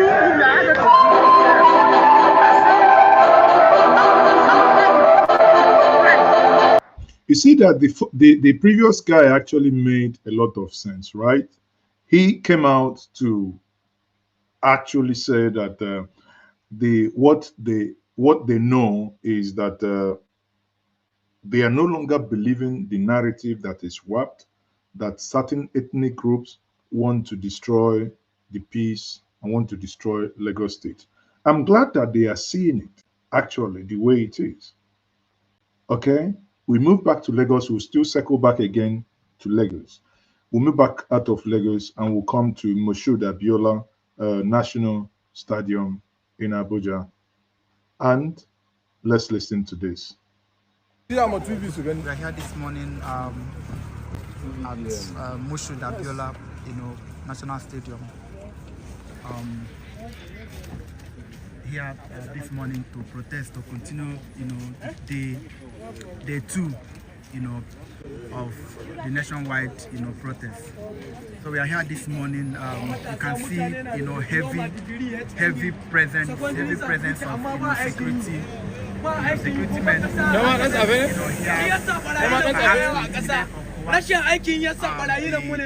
protesters. So while we wait for other people to come, you can see the protesters. You can see people who came to actually protest peacefully, and you can also see the presence of security men in this place. And these are contingents, people who came from Nasarawa, and they had actually come here this morning from Nasarawa to actually show to the nation what has been happening in Nasarawa and how bandits have been killing their people, and nobody has done anything about it. The pictures you're seeing here are people who were killed. These are young, promising Nigerians. These are brothers, these are family members, these are fathers, these are uncles, that were murdered by bandits. And you wonder, why government will, stay idle by and what citizens like this kill. So these people came from Nasarawa and they had come with a few pictures, of people who have been killed as a result of insecurity in that part of the country. And they wonder, if we have this kind of security presence that will come to actually come to that protester, people who are here to protest, peacefully. So people wonder today, like, how be it that Nigerians have been killed, mercilessly in their house. And when Nigerians come out to protest peacefully, that is when you see, heavy duty, heavy presence of security men. Deji, good morning. You're here this morning. Yes, indeed. I saw when I watched everything that happened yesterday. I saw when you had some altercation, with the policemen that were here yesterday, and the court order. The purported court order, they said that is restricting our protesters to this place. So what do you have to say this morning? Well, we are the beggar under the bridge, and the police started attacking us for no reason whatsoever. I don't know why the police cannot just respect people from. Just allow Nigerians to express themselves. Because protest is one of the beautiful platforms for Nigerians to express.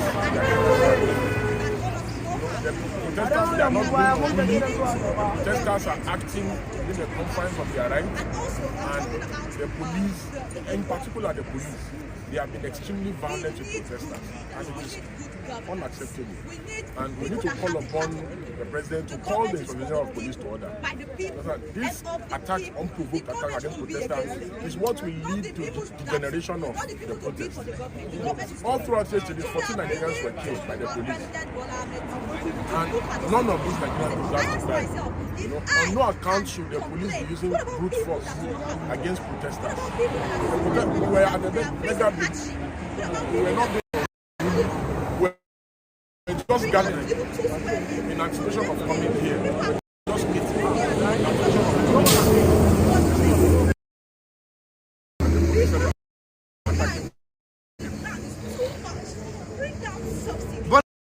Bola Ahmed Tinubu, the president of Nigeria today, is purported, it has been said in local palace, to be a chief protester. So how come under his tenure, somebody who has been touted to be a pro-democracy advocate, who has been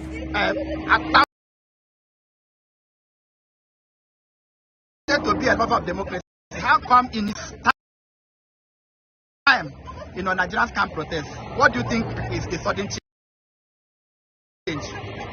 I think Bola Ahmed Tinubu is a hypocrite because if he was the hypocrite, I don't see why he so against the protest. The energy that they have invested into ensuring the protest does not happen. Imagine if they had invested into governance.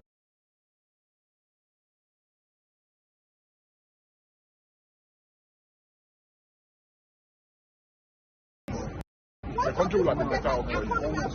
When I came here this morning, I saw heavy duty of security, security presence, all over Abuja, and I saw the altercation that happened at Regrouping. But when I came here this morning, my heart was grieving when I see all these men. These are people. This contingent came from Nasarawa, right? And the pictures I'm seeing here, people who have been murdered by bandits in that part of the world. So what do you have to say? Like, if the nation have this kind of security outfits, this kind of heavy security, how come that our people are being murdered and security is not doing anything about it? Basically, the general police station itself, police is on red alert over national protest. Can you imagine? The police cannot be on red alert in Zamfara and in other parts of the country where Nigerians are being affected at home. Then once it is time to protest, that's when you now start seeing the massive deployment of thousands of police people to quell protests. And it is unacceptable. If the protest is successful and it goes, government takes credit. So government should embrace protest. You understand? I don't see why the police have to be attacking people. We're all attacked in Bega by the police, and we did not do anything wrong. Seriously attacking. I think to protest is a constitutional right. Yes. We'll continue to do what the Constitution asks us to do. Especially, I'm in solidarity with the protest. You can see I'm wearing a message from Bola Ahmed Tinubu that says you should not shoot. That police should not shoot protesters. That police should not shoot at protesters, because the protesters here might be your children, they might be your relatives, they may be your family members. So that police should not stay. So we will not allow them to intimidate us. We will not allow our spirit to be dampened. We will not allow what we have, actually planned to do, which is to protest peacefully and to give attention, to call, the attention of the president. If they actually care, this is the time for them to show that they care for this nation. Because I know that some people here voted for Bola Ahmed Tinubu, right? And I don't know, and I don't see any reason why he should, shoot, at protesters. Ladies and gentlemen, we are here at MKO Abiola, Stadium, where, the government has confided the protesters. And while they were coming here this morning, there's a report that under Bega Bridge, they were attacked by policemen, tear gas, were shot at them. A lot of them, sustained injury, as Njenje has actually said here. So you can see, security presence, heavy security presence at this point, and people are here. Citizens have said that their spirits cannot be intimidated. That Bola Ahmed Tinubu himself was a protester when he was in opposition. He was a chief protester. He actually sponsored, he organized, and he paid for protest. So Nigerians cannot be cowed. Nigerians cannot be intimidated. If the president, actually protested, the president should join us. The president should actually join the protesters to protest. So we'll be bringing you more, news from this, parts of Abuja, as the event unfolds today. So that's Real Everbest that sent this report. Now, Real Everbest will be joining us live from Abuja any moment from now. So we're waiting for him to join us, and he will giving us updates. While that video was playing, I was on the phone with him, and he explained that the police has dispatched them from this place, dispersed them from this place that the MKO Abiola with tear gas. Obviously, by all indication, the Minister of FCT, Nyesom Wike, is working overtime to please those that gave him that job to do. So, as it is in Abuja, they are doing everything, working overtime, that people should not continue to protest. Maybe Oh, okay. I think, yes, Real Level Best has joined us. So, Real Level Best, thank you very much. Can you hear me? Thank you, thank you. Thank you so much. Can you hear me? Yes, I can hear you. So, we just finished playing the video of your reports that you interviewed Deji and Co. Now, you said that they have dispersed you guys from the protest ground. So, what actually happened? Could you walk us through what happened today? Okay. Thank you so much. You can, as you will see, today is the day two of the nationwide protest, tagged End Bad Governance protest. And this protest is one that citizens of this country, you know, in a manner that is not very common, anywhere in the world, had given dates, gave a date, when this protest should happen. And within this period, the government had every opportunity, perhaps, to begin to address some of the problems that citizens has actually articulated and demanded of government. But just like the Nigerian government, behave over the years, they don't really pay attention. They don't care about the demands of the citizens. So yesterday we came out and we protested. And I know you must have seen the news. It's a nationwide protest. Nigerian came out, irrespective of the fact that there was large number of security personnel that was least on citizens. But we came out yesterday and we protested, and today is day two. We also came out, and as you may have heard, there is a court order, there is a purported court order, we've not seen it, that said we should actually go to MKO Abiola Stadium to protest. As funny as that court order is, we tried to obey that court order while our legal people actually go to actually get a counter court order, because even the court does not have the right to actually restrict citizens or confine us any part of Nigeria, because the Constitution, Section 39, Section 40, actually gave citizens the right actually to protest and assemble. And that provision of the Constitution did not say we should be restricted. And therefore, that court order, in its face value, it should be null and void. But because we have shown ourselves to be people who want to be peaceful at this time, all we are demanding is that the government of Bola Ahmed Tinubu should, of course, hear and listen. And APC government had this tendency from 2015 when they came into government. They have the tendency of not listening. They have the tendency of not hearing. They have the tendency of being deaf, starting from Buhari. And because of that, we came out, to the street and say, if they cannot hear us, if they don't hear the aspiration, if they don't hear the plight of the citizens of this country, at least they can see us when we march on the streets. And if they cannot see us, they can hear, or they can watch from the news media.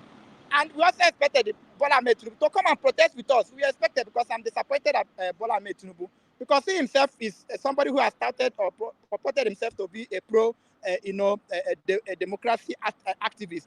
You can agree with me that even during the time of Nadeko, during the time of military regime, this man protested in all the days of his life. And he even said, if you look at my distance, I say tweet that I branded this T-shirt with, where he said police should not shoot at protesters, that those protesters could be their family members, they could be their son.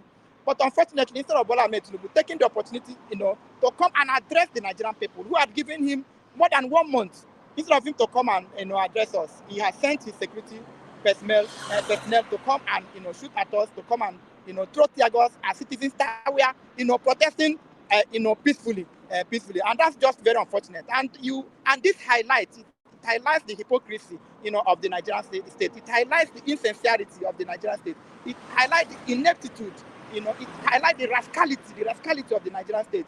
That if government has this kind of number of security men, they have not sent it to Sambisa Forest. They have not sent them to Nasarawa. They have not sent them to Benue State. They have not sent them to all parts of the country where our farmers have been sacked, for which reason food inflation has gone to the roof. And they have not sent them. So, which means it's intentional. It's not so much that we don't have enough military men and women or police to actually confront insecurity. From this action of government, it's looking like it's intentional. If they can unleash this kind of mayhem, unleash this kind of intimidation on innocent citizens, why have they not actually sent this personnel to those trouble places, those areas that insecurity has actually sacked our farmers? So that is what we are confronting today. Today they came with a band of military, armored tank and personnel, to disperse us from Moshood Abiola, where we just said we should just take, protest around that place, just to call attention of government. And there's something that they keep coming, if you may have heard. They will tell you that people have infiltrated, the people want to infiltrate the protest. But our counter argument is that what is the duty of security agencies? And if they have properly identified those who want to actually hijack the protest, it is their duty actually to arrest those people, to apprehend them. In fact, they should have apprehended them even before the protest. So because from their security or intelligence report, they said they know this, they have intelligence. Why have they not arrested? So, there was also, the tendency of government even bringing touts.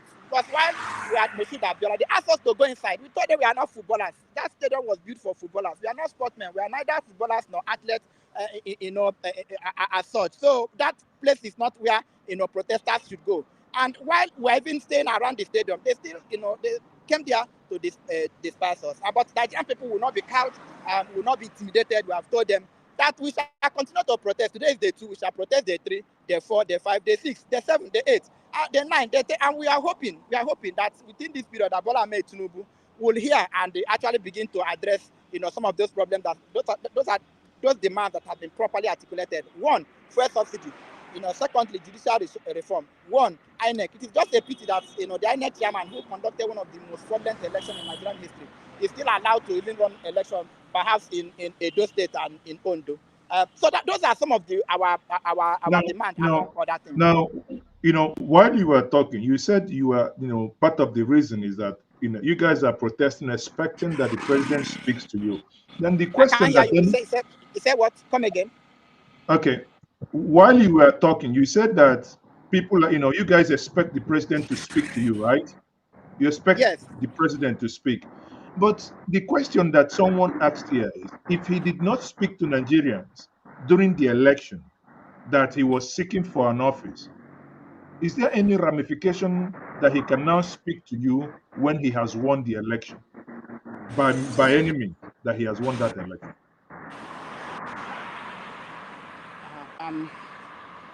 God, I'm having I'm having pain right now. I can't even stand. You can see I'm at Beja Road because I was just coming from airport, because they actually brought a lot of military personnel. They were shooting live ammunition and we've been running helter-skelter since morning. Even right now I'm pained. I can't even stand properly. But be that as may, yes, most times it might be easy. To actually get into political position. It might be easy for you to deceive people, perhaps bamboozle them, lie to them and not dress. And because what Ahmed Tinubu during the election was saying, he wouldn't want to talk or tell people how he's going to govern Nigeria, because he wouldn't want people to steal his blueprint. And somehow, some Nigerians are gullible. Even though he did not win the election, nobody has seen the result of that election. INEC does not have it. Nobody has it. But let's just agree for the purpose of argument that he declared the winner of the election. But it's easy to get into political office. It's not easy to run it. So the ineptitude, the incompetence of Bola Ahmed Tinubu is now showing now that he's, at the job.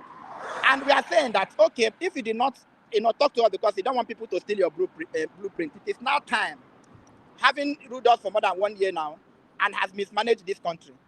So it's an opportunity for him to, maybe the ministers are lying to him. Maybe those, his personnel, his aides, they are lying to him. We just want to, for the purpose of argument, let's just agree that. So he has a real opportunity to actually,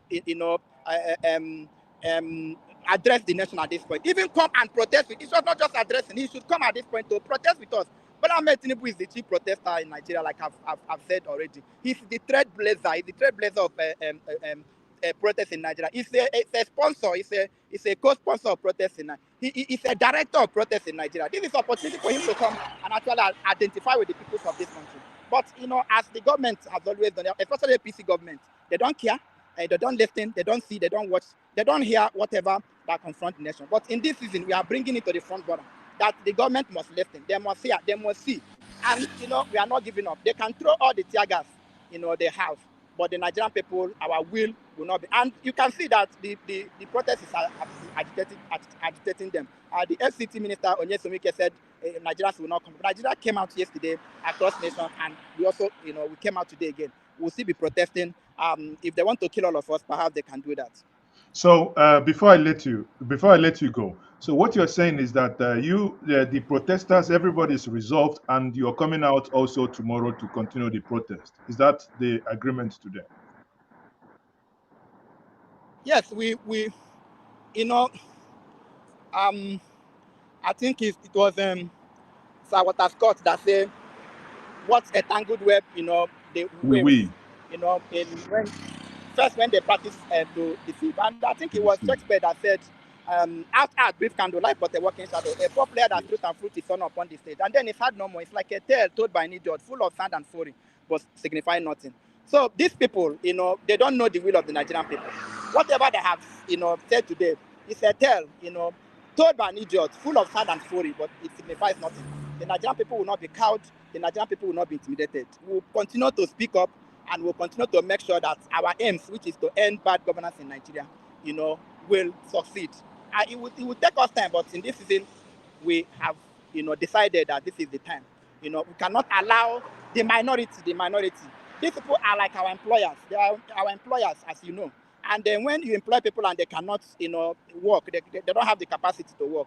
It's time that it is high time we send these people, we send them actually packing, and that's what we are going to do. But because APC government seem to have run out of ideas, they seem to have run. Somebody was asking me today, what do I want the government to do? I said this government came on the pretext that they have the solution to it. So if at all they've run out of ideas, they can honorably actually resign. There's nothing wrong in somebody who has been given a responsibility to say, I don't know how difficult this thing is. I thought it was easy, you know, for him to actually, you know, resign. And perhaps that is what they will do. It's either they will step up their game or actually resign. That is, you know, the position that Nigerian people, you know, have taken, and, you know, we are not going back. Thank you very much. Let me allow you go, and while we await someone else to join us from Medugri and Bauchi. Thank you very much, Ray Ababes. So we'll keep talking. Okay. All right. Thank you so much, you know, for what you do, and, you know, keep highlighting. People like you are needed in this time and season, to keep highlighting, to keep actually showcasing what is happening, you know, to the world. You know, everywhere in the world, you know, citizens are beginning to be conscious. You know what happened in Sri Lanka. You know what is just happening in El Salvador now. So everywhere in the world, citizens are rising, and Nigeria case will not be different. But importantly, we are telling Bola Ahmed Tinubu, instead of unleashing, you know, threats and security men to innocent citizens, they should send them to Sambisa Forest. They should send them to Zamfara, Benue State, not East, not Central, East, Eastern, and everywhere in the country where insecurity is ravaging. In short, they should use this to go and protect our farmers so that our farmers can actually go to farm and end in food inflation in this country. So thank you so much. We'll be bringing you highlights. Whatever happened, I'll bring you highlights as the event unfolds. So thank you so much. Thank you very much. You have the best. Thank you. Thank you for joining us from Abuja. All right, I'll be leaving at this point. Okay, thank you. So, guys, this is Real Everbest joining us live from Abuja. You heard from him. These, you know, after that tear gas, they were dispersed. You can imagine he's left beggar and he's somewhere outside the vicinity. You saw those that ran with their own cars. Government is trying as much as possible to provoke the protesters. Now, this is also this is Lagos earlier today, and this, you know, as usual, let's see the conversation that plays out here. How mature, how progressive, evolutionary, how militant, and how extremely organized. Yes. For this, I say, give yourself 3 doses.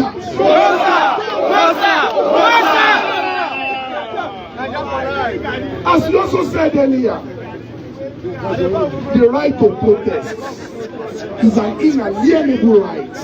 We will continue to emphasize that. We will ring it into their ears that it is our right to protest.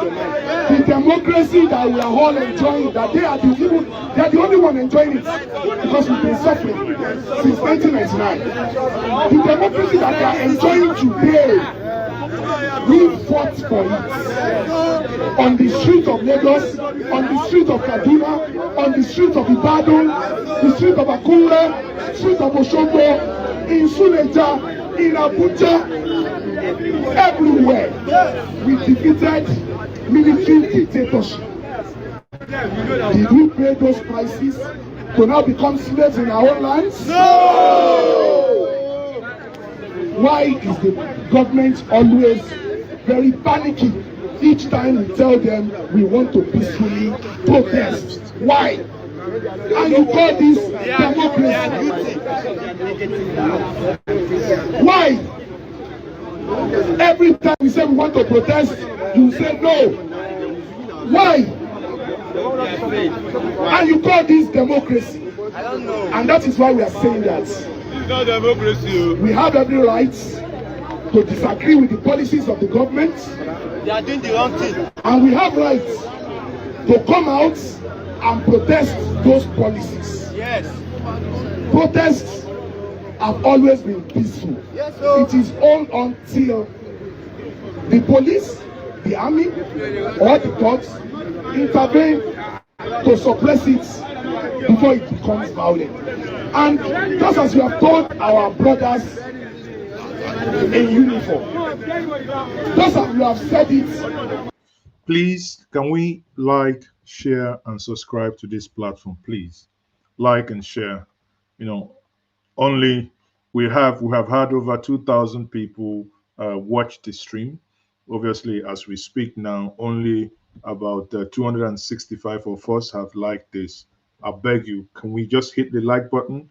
Hit the like button and share. Please hit the like button. That we are here also for your own future. But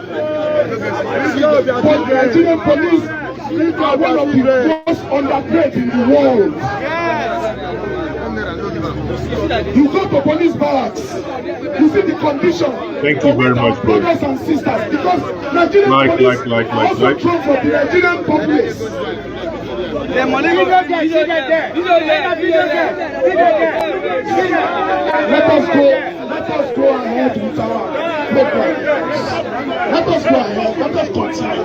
We will not get into distraction. As I was saying, the condition of service for the Nigerian police is also very appalling. When you go to police barracks, you see the kind of film, you see the kind of death and film.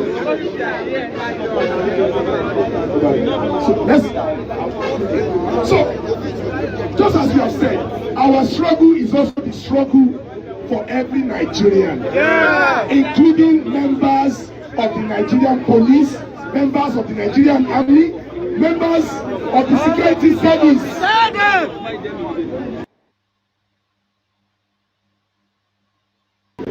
So we tell them, and as it is right to obey lawful order, we tell the police too that it is also right to disobey unlawful orders. If they tell you to go and shoot at your fellow Nigerians, and you know that these people have not committed any offense, they have not disrupted anything, they have not broken any public property, and you go ahead and be shooting. There are ways in which you also can be brought to book. We are appealing the same way that we have remained peaceful, we will continue to remain peaceful, and we will let our voices to be heard. And we will continue to all right, please.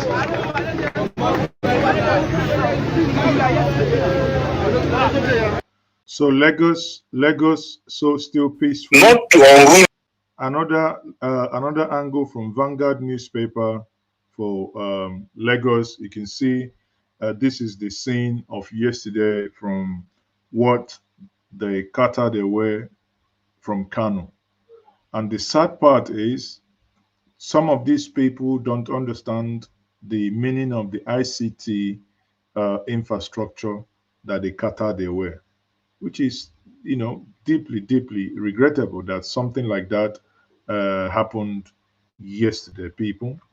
You know, and we'll keep doing much we can. So, people, maybe we may have to take some break and come back later as well. But one thing is very clear: the people are not relenting. The people of Nigeria are not relenting. They are out there on the street saying that they read whatever is happening. Again, back to Lagos while I take some break. Thank you very much for being part of this. Please like, share, and subscribe. I thank you. I want to give you assurance on behalf of my colleagues that any cooperation That is a lawyer, Eniebe. In fact, when we came yesterday, we are where the court has said anybody that wants to. So on our own as their lawyers, we are committed to you that this process will be entirely peaceful. People are just trying to explain it. Nobody wants to come out. Yes, please. Thank you, sir.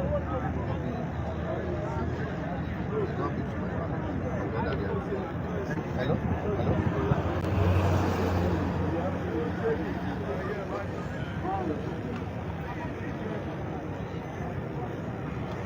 And the lawyer is there.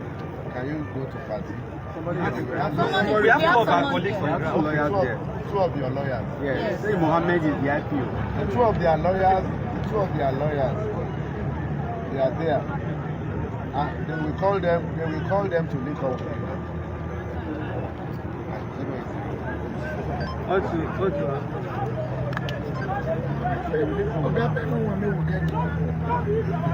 My number 0803352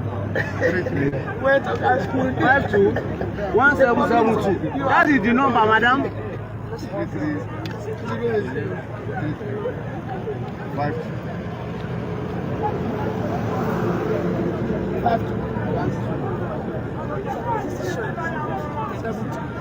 So the last one, we have tried to advise investors not to subscribe to allow and I'm happy that people are passing. But the fear they have expressed is that while we are not quarreling with anybody's freedom of movement, we have seen credible indications that some people, if they are restricted to a particular place, some people may try to either attack them or infiltrate them. So I'm just requesting that to give further directives to ensure that the protesters are protected. But yesterday I had to give some people to go and meet the team and we pleaded with them that please guarantee the safety of those that are protesting. In fact, we even tried to point out some individuals that we suspect are trying to cause problem for the police and the public. We are just seeking your cooperation for the protesters to be protected. I'm putting my counsel again.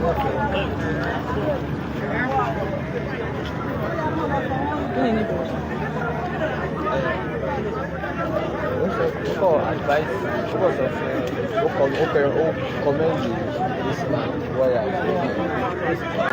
that you should not tell them again. Those are all from that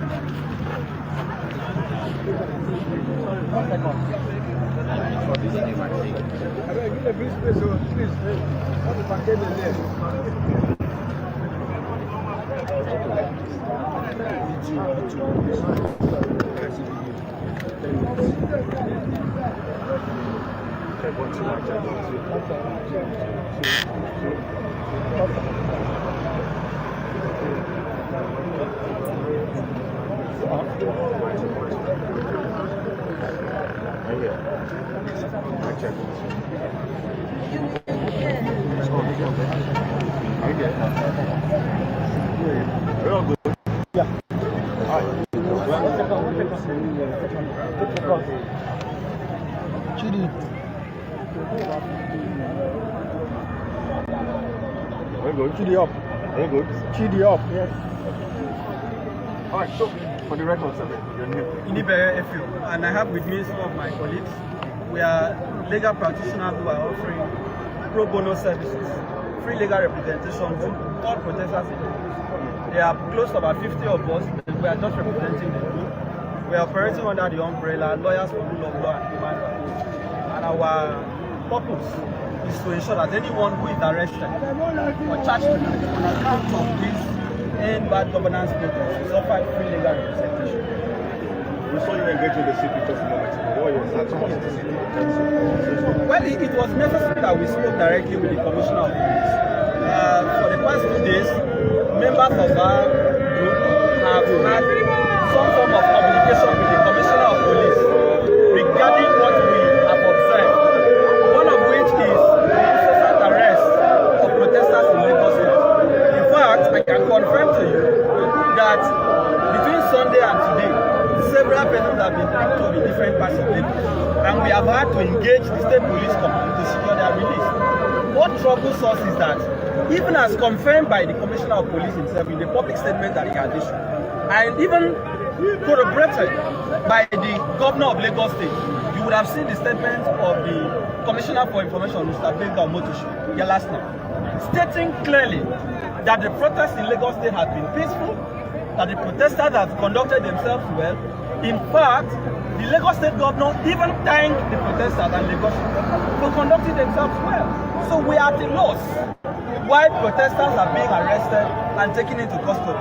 You would have heard in my communication with the Commissioner of Police, as I speak to you, 12 innocent protesters are currently being detained at Panti.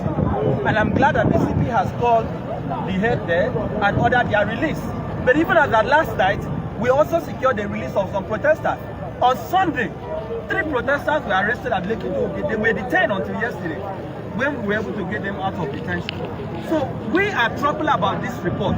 People are basically being grabbed on the road. In fact, among the protesters who were arrested yesterday, were people who were leaving Ojota after the peaceful protest. People who were just going back to their homes. They are being rounded up, they are being grabbed on the streets of Lagos. So I am appealing to the Commissioner of Police to put a stop to that. The second issue that we needed to draw the attention of the CP is the fact that it is the Lagos State government that even went to court. They went to court to limit the rights of protesters in Lagos to protest to specific locations, namely Ojota, Ganefo Park, and the Freedom Park. That presupposes, don't mistake the name Freedom Park, it is intentional. There's the reason why this park is named after Ganefo. They now say people should be limited to this place. But what we have observed, quite unfortunately, is that certain people who appear to be agents of the government or sympathetic to the government are trying to even disrupt the peaceful gathering at the places that the Lagos State government itself insisted the protest should take place. In fact, yesterday, I had to go with some of the organizers to meet the team to complain that they have told us as their lawyers that they are seeing some people trying to infiltrate the protest. You could have also seen that today. There was that same argument. The media has seen that. So I have also expressed concerns to the city that please guarantee the protection, the security of the protesters in line with Section 83, Subsection 4 of the Police Act. I must also tell you, I was part of the meeting with the Inspector General of Police, right, that took place this week. And I recall asking the IG directly, sir, what will happen to those who go outside designated places? He said we are not going to disrupt it, but we cannot guarantee their safety. But that all those that are gathered at places designated for protest, the IG said they were going to be protected. Today again, the Commissioner of Police has reiterated that all protesters here will be protected. So we hope the police will live up to that. The last concern that we have is the disruption of internet service in the country, including Lagos State. Our colleagues and the protesters are wondering why suddenly service providers cannot give Nigerians free internet. This is an infringement on the right to freedom of expression because it is affecting dissemination of information, ideas and opinions as guaranteed by Section 39 of the Constitution. So we are saying that telecommunication service providers should immediately restore full internet access in the country. This is also impeding the work of the media to disseminate information, because if you don't have internet, you will have problem communicating with your media houses. That is also a violation of press freedom in our country. So we holistically and unreservedly condemn the intentional sabotage of internet in the country. And we demand that internet be restored immediately as a matter of urgency. So those are our demands.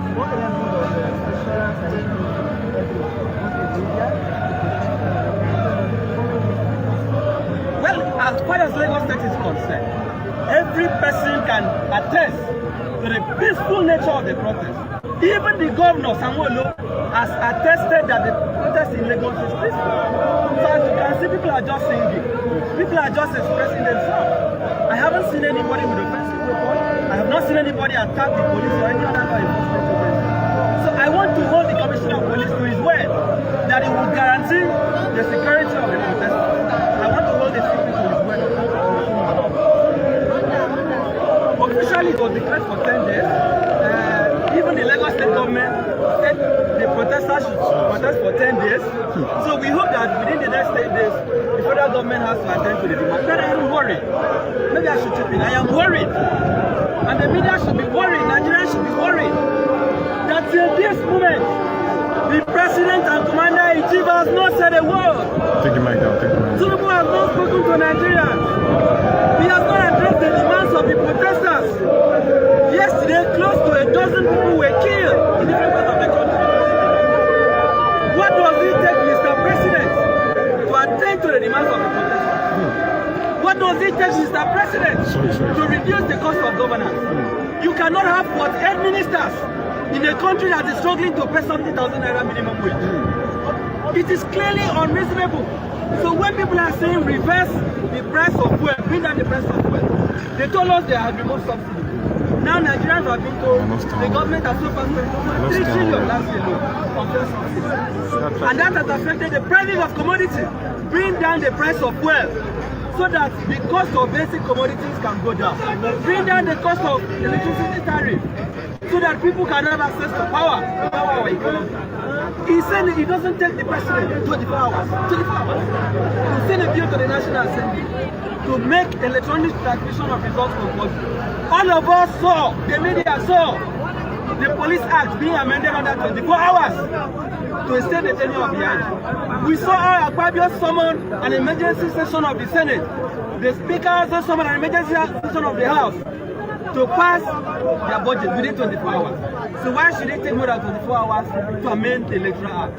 If Tinubu is serious about addressing the demands of Nigerians, by now, some of those demands would have been met. Sure. But guess what? They believe Nigerians are inconquerable. But Nigerians may surprise them. And I believe Nigerians have already surprised. For me, the protest is already a success. Because they told us people will not come. They told us people will not be able to speak. But they have seen all over the country. It is not about outside, it's not about tribe, it's not about religion. Nigerians are expressing their collective pain all throughout the country. So I am saying that the protest has already succeeded. In the sense that the message has been passed in the government. Thank you so much. Oh, we are continuing. Thank you. Thank you.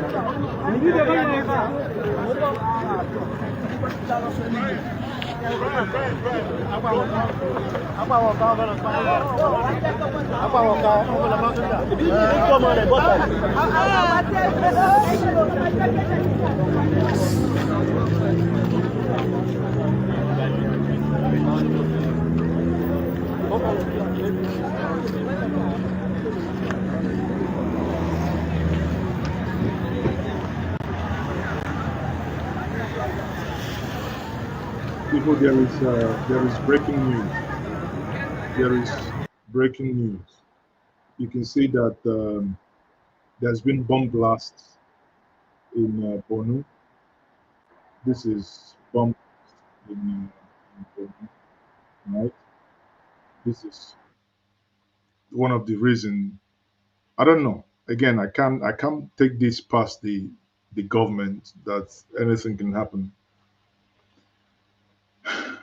There has been a bomb blast. According to Premium Times, a bomb blast in Maiduguri kills one, The one in Borno State sees 17 deaths in 48 hours, police report. According to Lawal, the injured victims received medical attention at the State Specialist Hospital, Maiduguri, while deceased was taken for autopsy. Bomb will kill somebody, if they take him for autopsy again. I mean, still looking for what killed the individual. The Borno Police Commissioner Yusuf Lawal on Friday reported that a deadly attack involving an improvised explosive device (IED) occurred during a protest against bad governance in Maiduguri, resulting in one fatality and 11 injuries. The incident took place at Daribe Junction near Federal Government College, Mongonu, Annex in Brokuntu area. It is unbelievable, and I say to the souls of the departed, may their souls rest in peace. Just like Comrade Barrister Niebe was speaking in the earlier video from Lagos, it appears this government is hell bent on, there is also another video that is coming out of Delta State, really to be precise, where the police have brutalized the leader of the protest, whom, quote unquote, they call an honorable. I do not know if the individual is an elected member of the House of Parliament. Now, this video has taken us now to just Plateau State. Plateau State is this is what is happening in Plateau State as we speak. So, Plateau,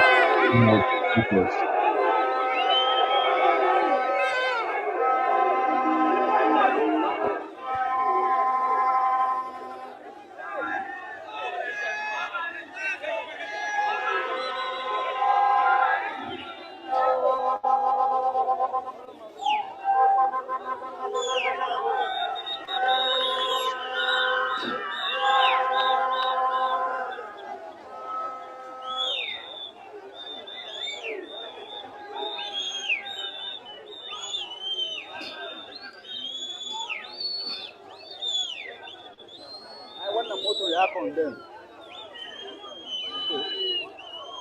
To haka yanda kusan mutane 40 ko 50 a cikin mota.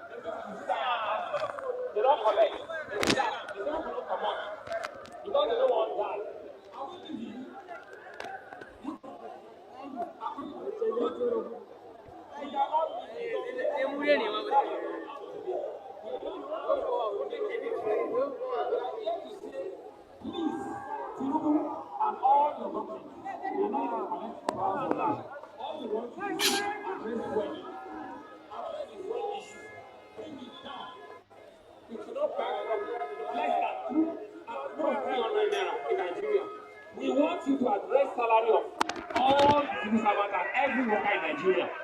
We want you to bring down the food, because any food, any hunger, we want you to eliminate it. The import duties, the tax, the crazy tax they are removing, and duties they are imposing on Nigeria. We want to say we don't want it. We want to end it. We want to end hunger. We want you to address NEPA. Remove all the ridiculous great Nigerians. Please, I want to beg us, let us not be afraid. Let's talk to our friends, our brothers and sisters to come out. We'll be here for the rest of the day. Thank you, sir.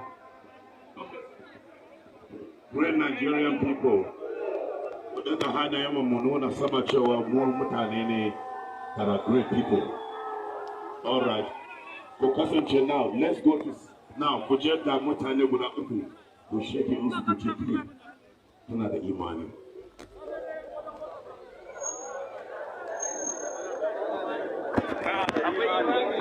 Kana da imani.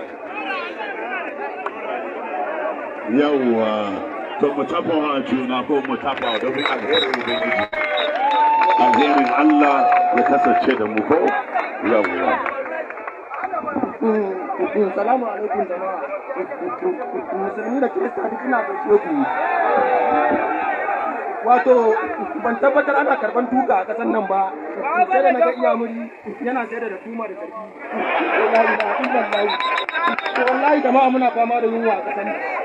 Duka iya duka inda muka fito lafiya Allah ya sa kowa koma gida lafiya Allah ka sa mu fito da cikin lafiya sannan shawaran da zan ba mu dan Allah mu kiyaye ta mutane ba ruwan mu da hanya idan da ake alfahari da mu a kasar nan mu kadai ne sai muka fito da lafiya muka tashi lafiya koga to ina da ta abu Mutabawa ce amma mutabawa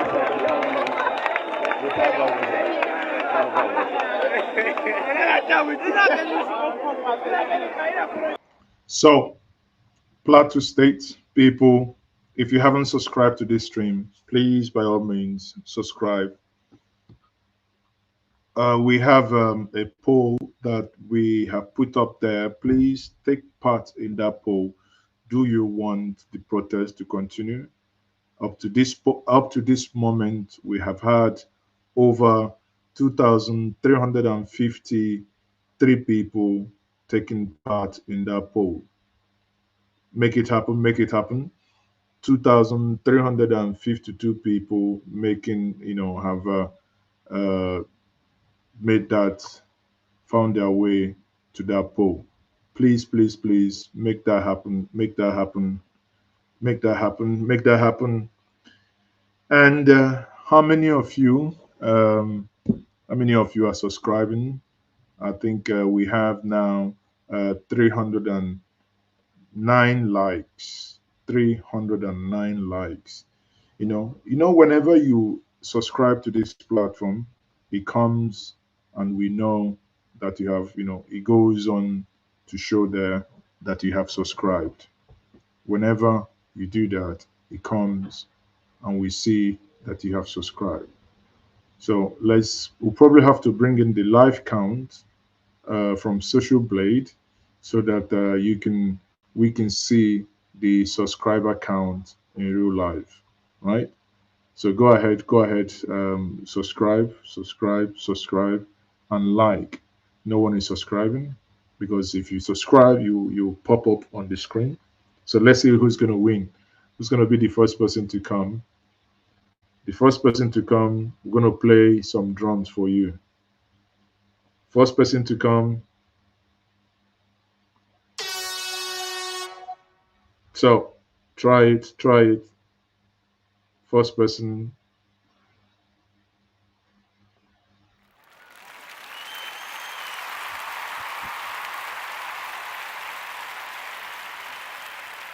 Okay, people, that's the much we can take. The protests continue tomorrow.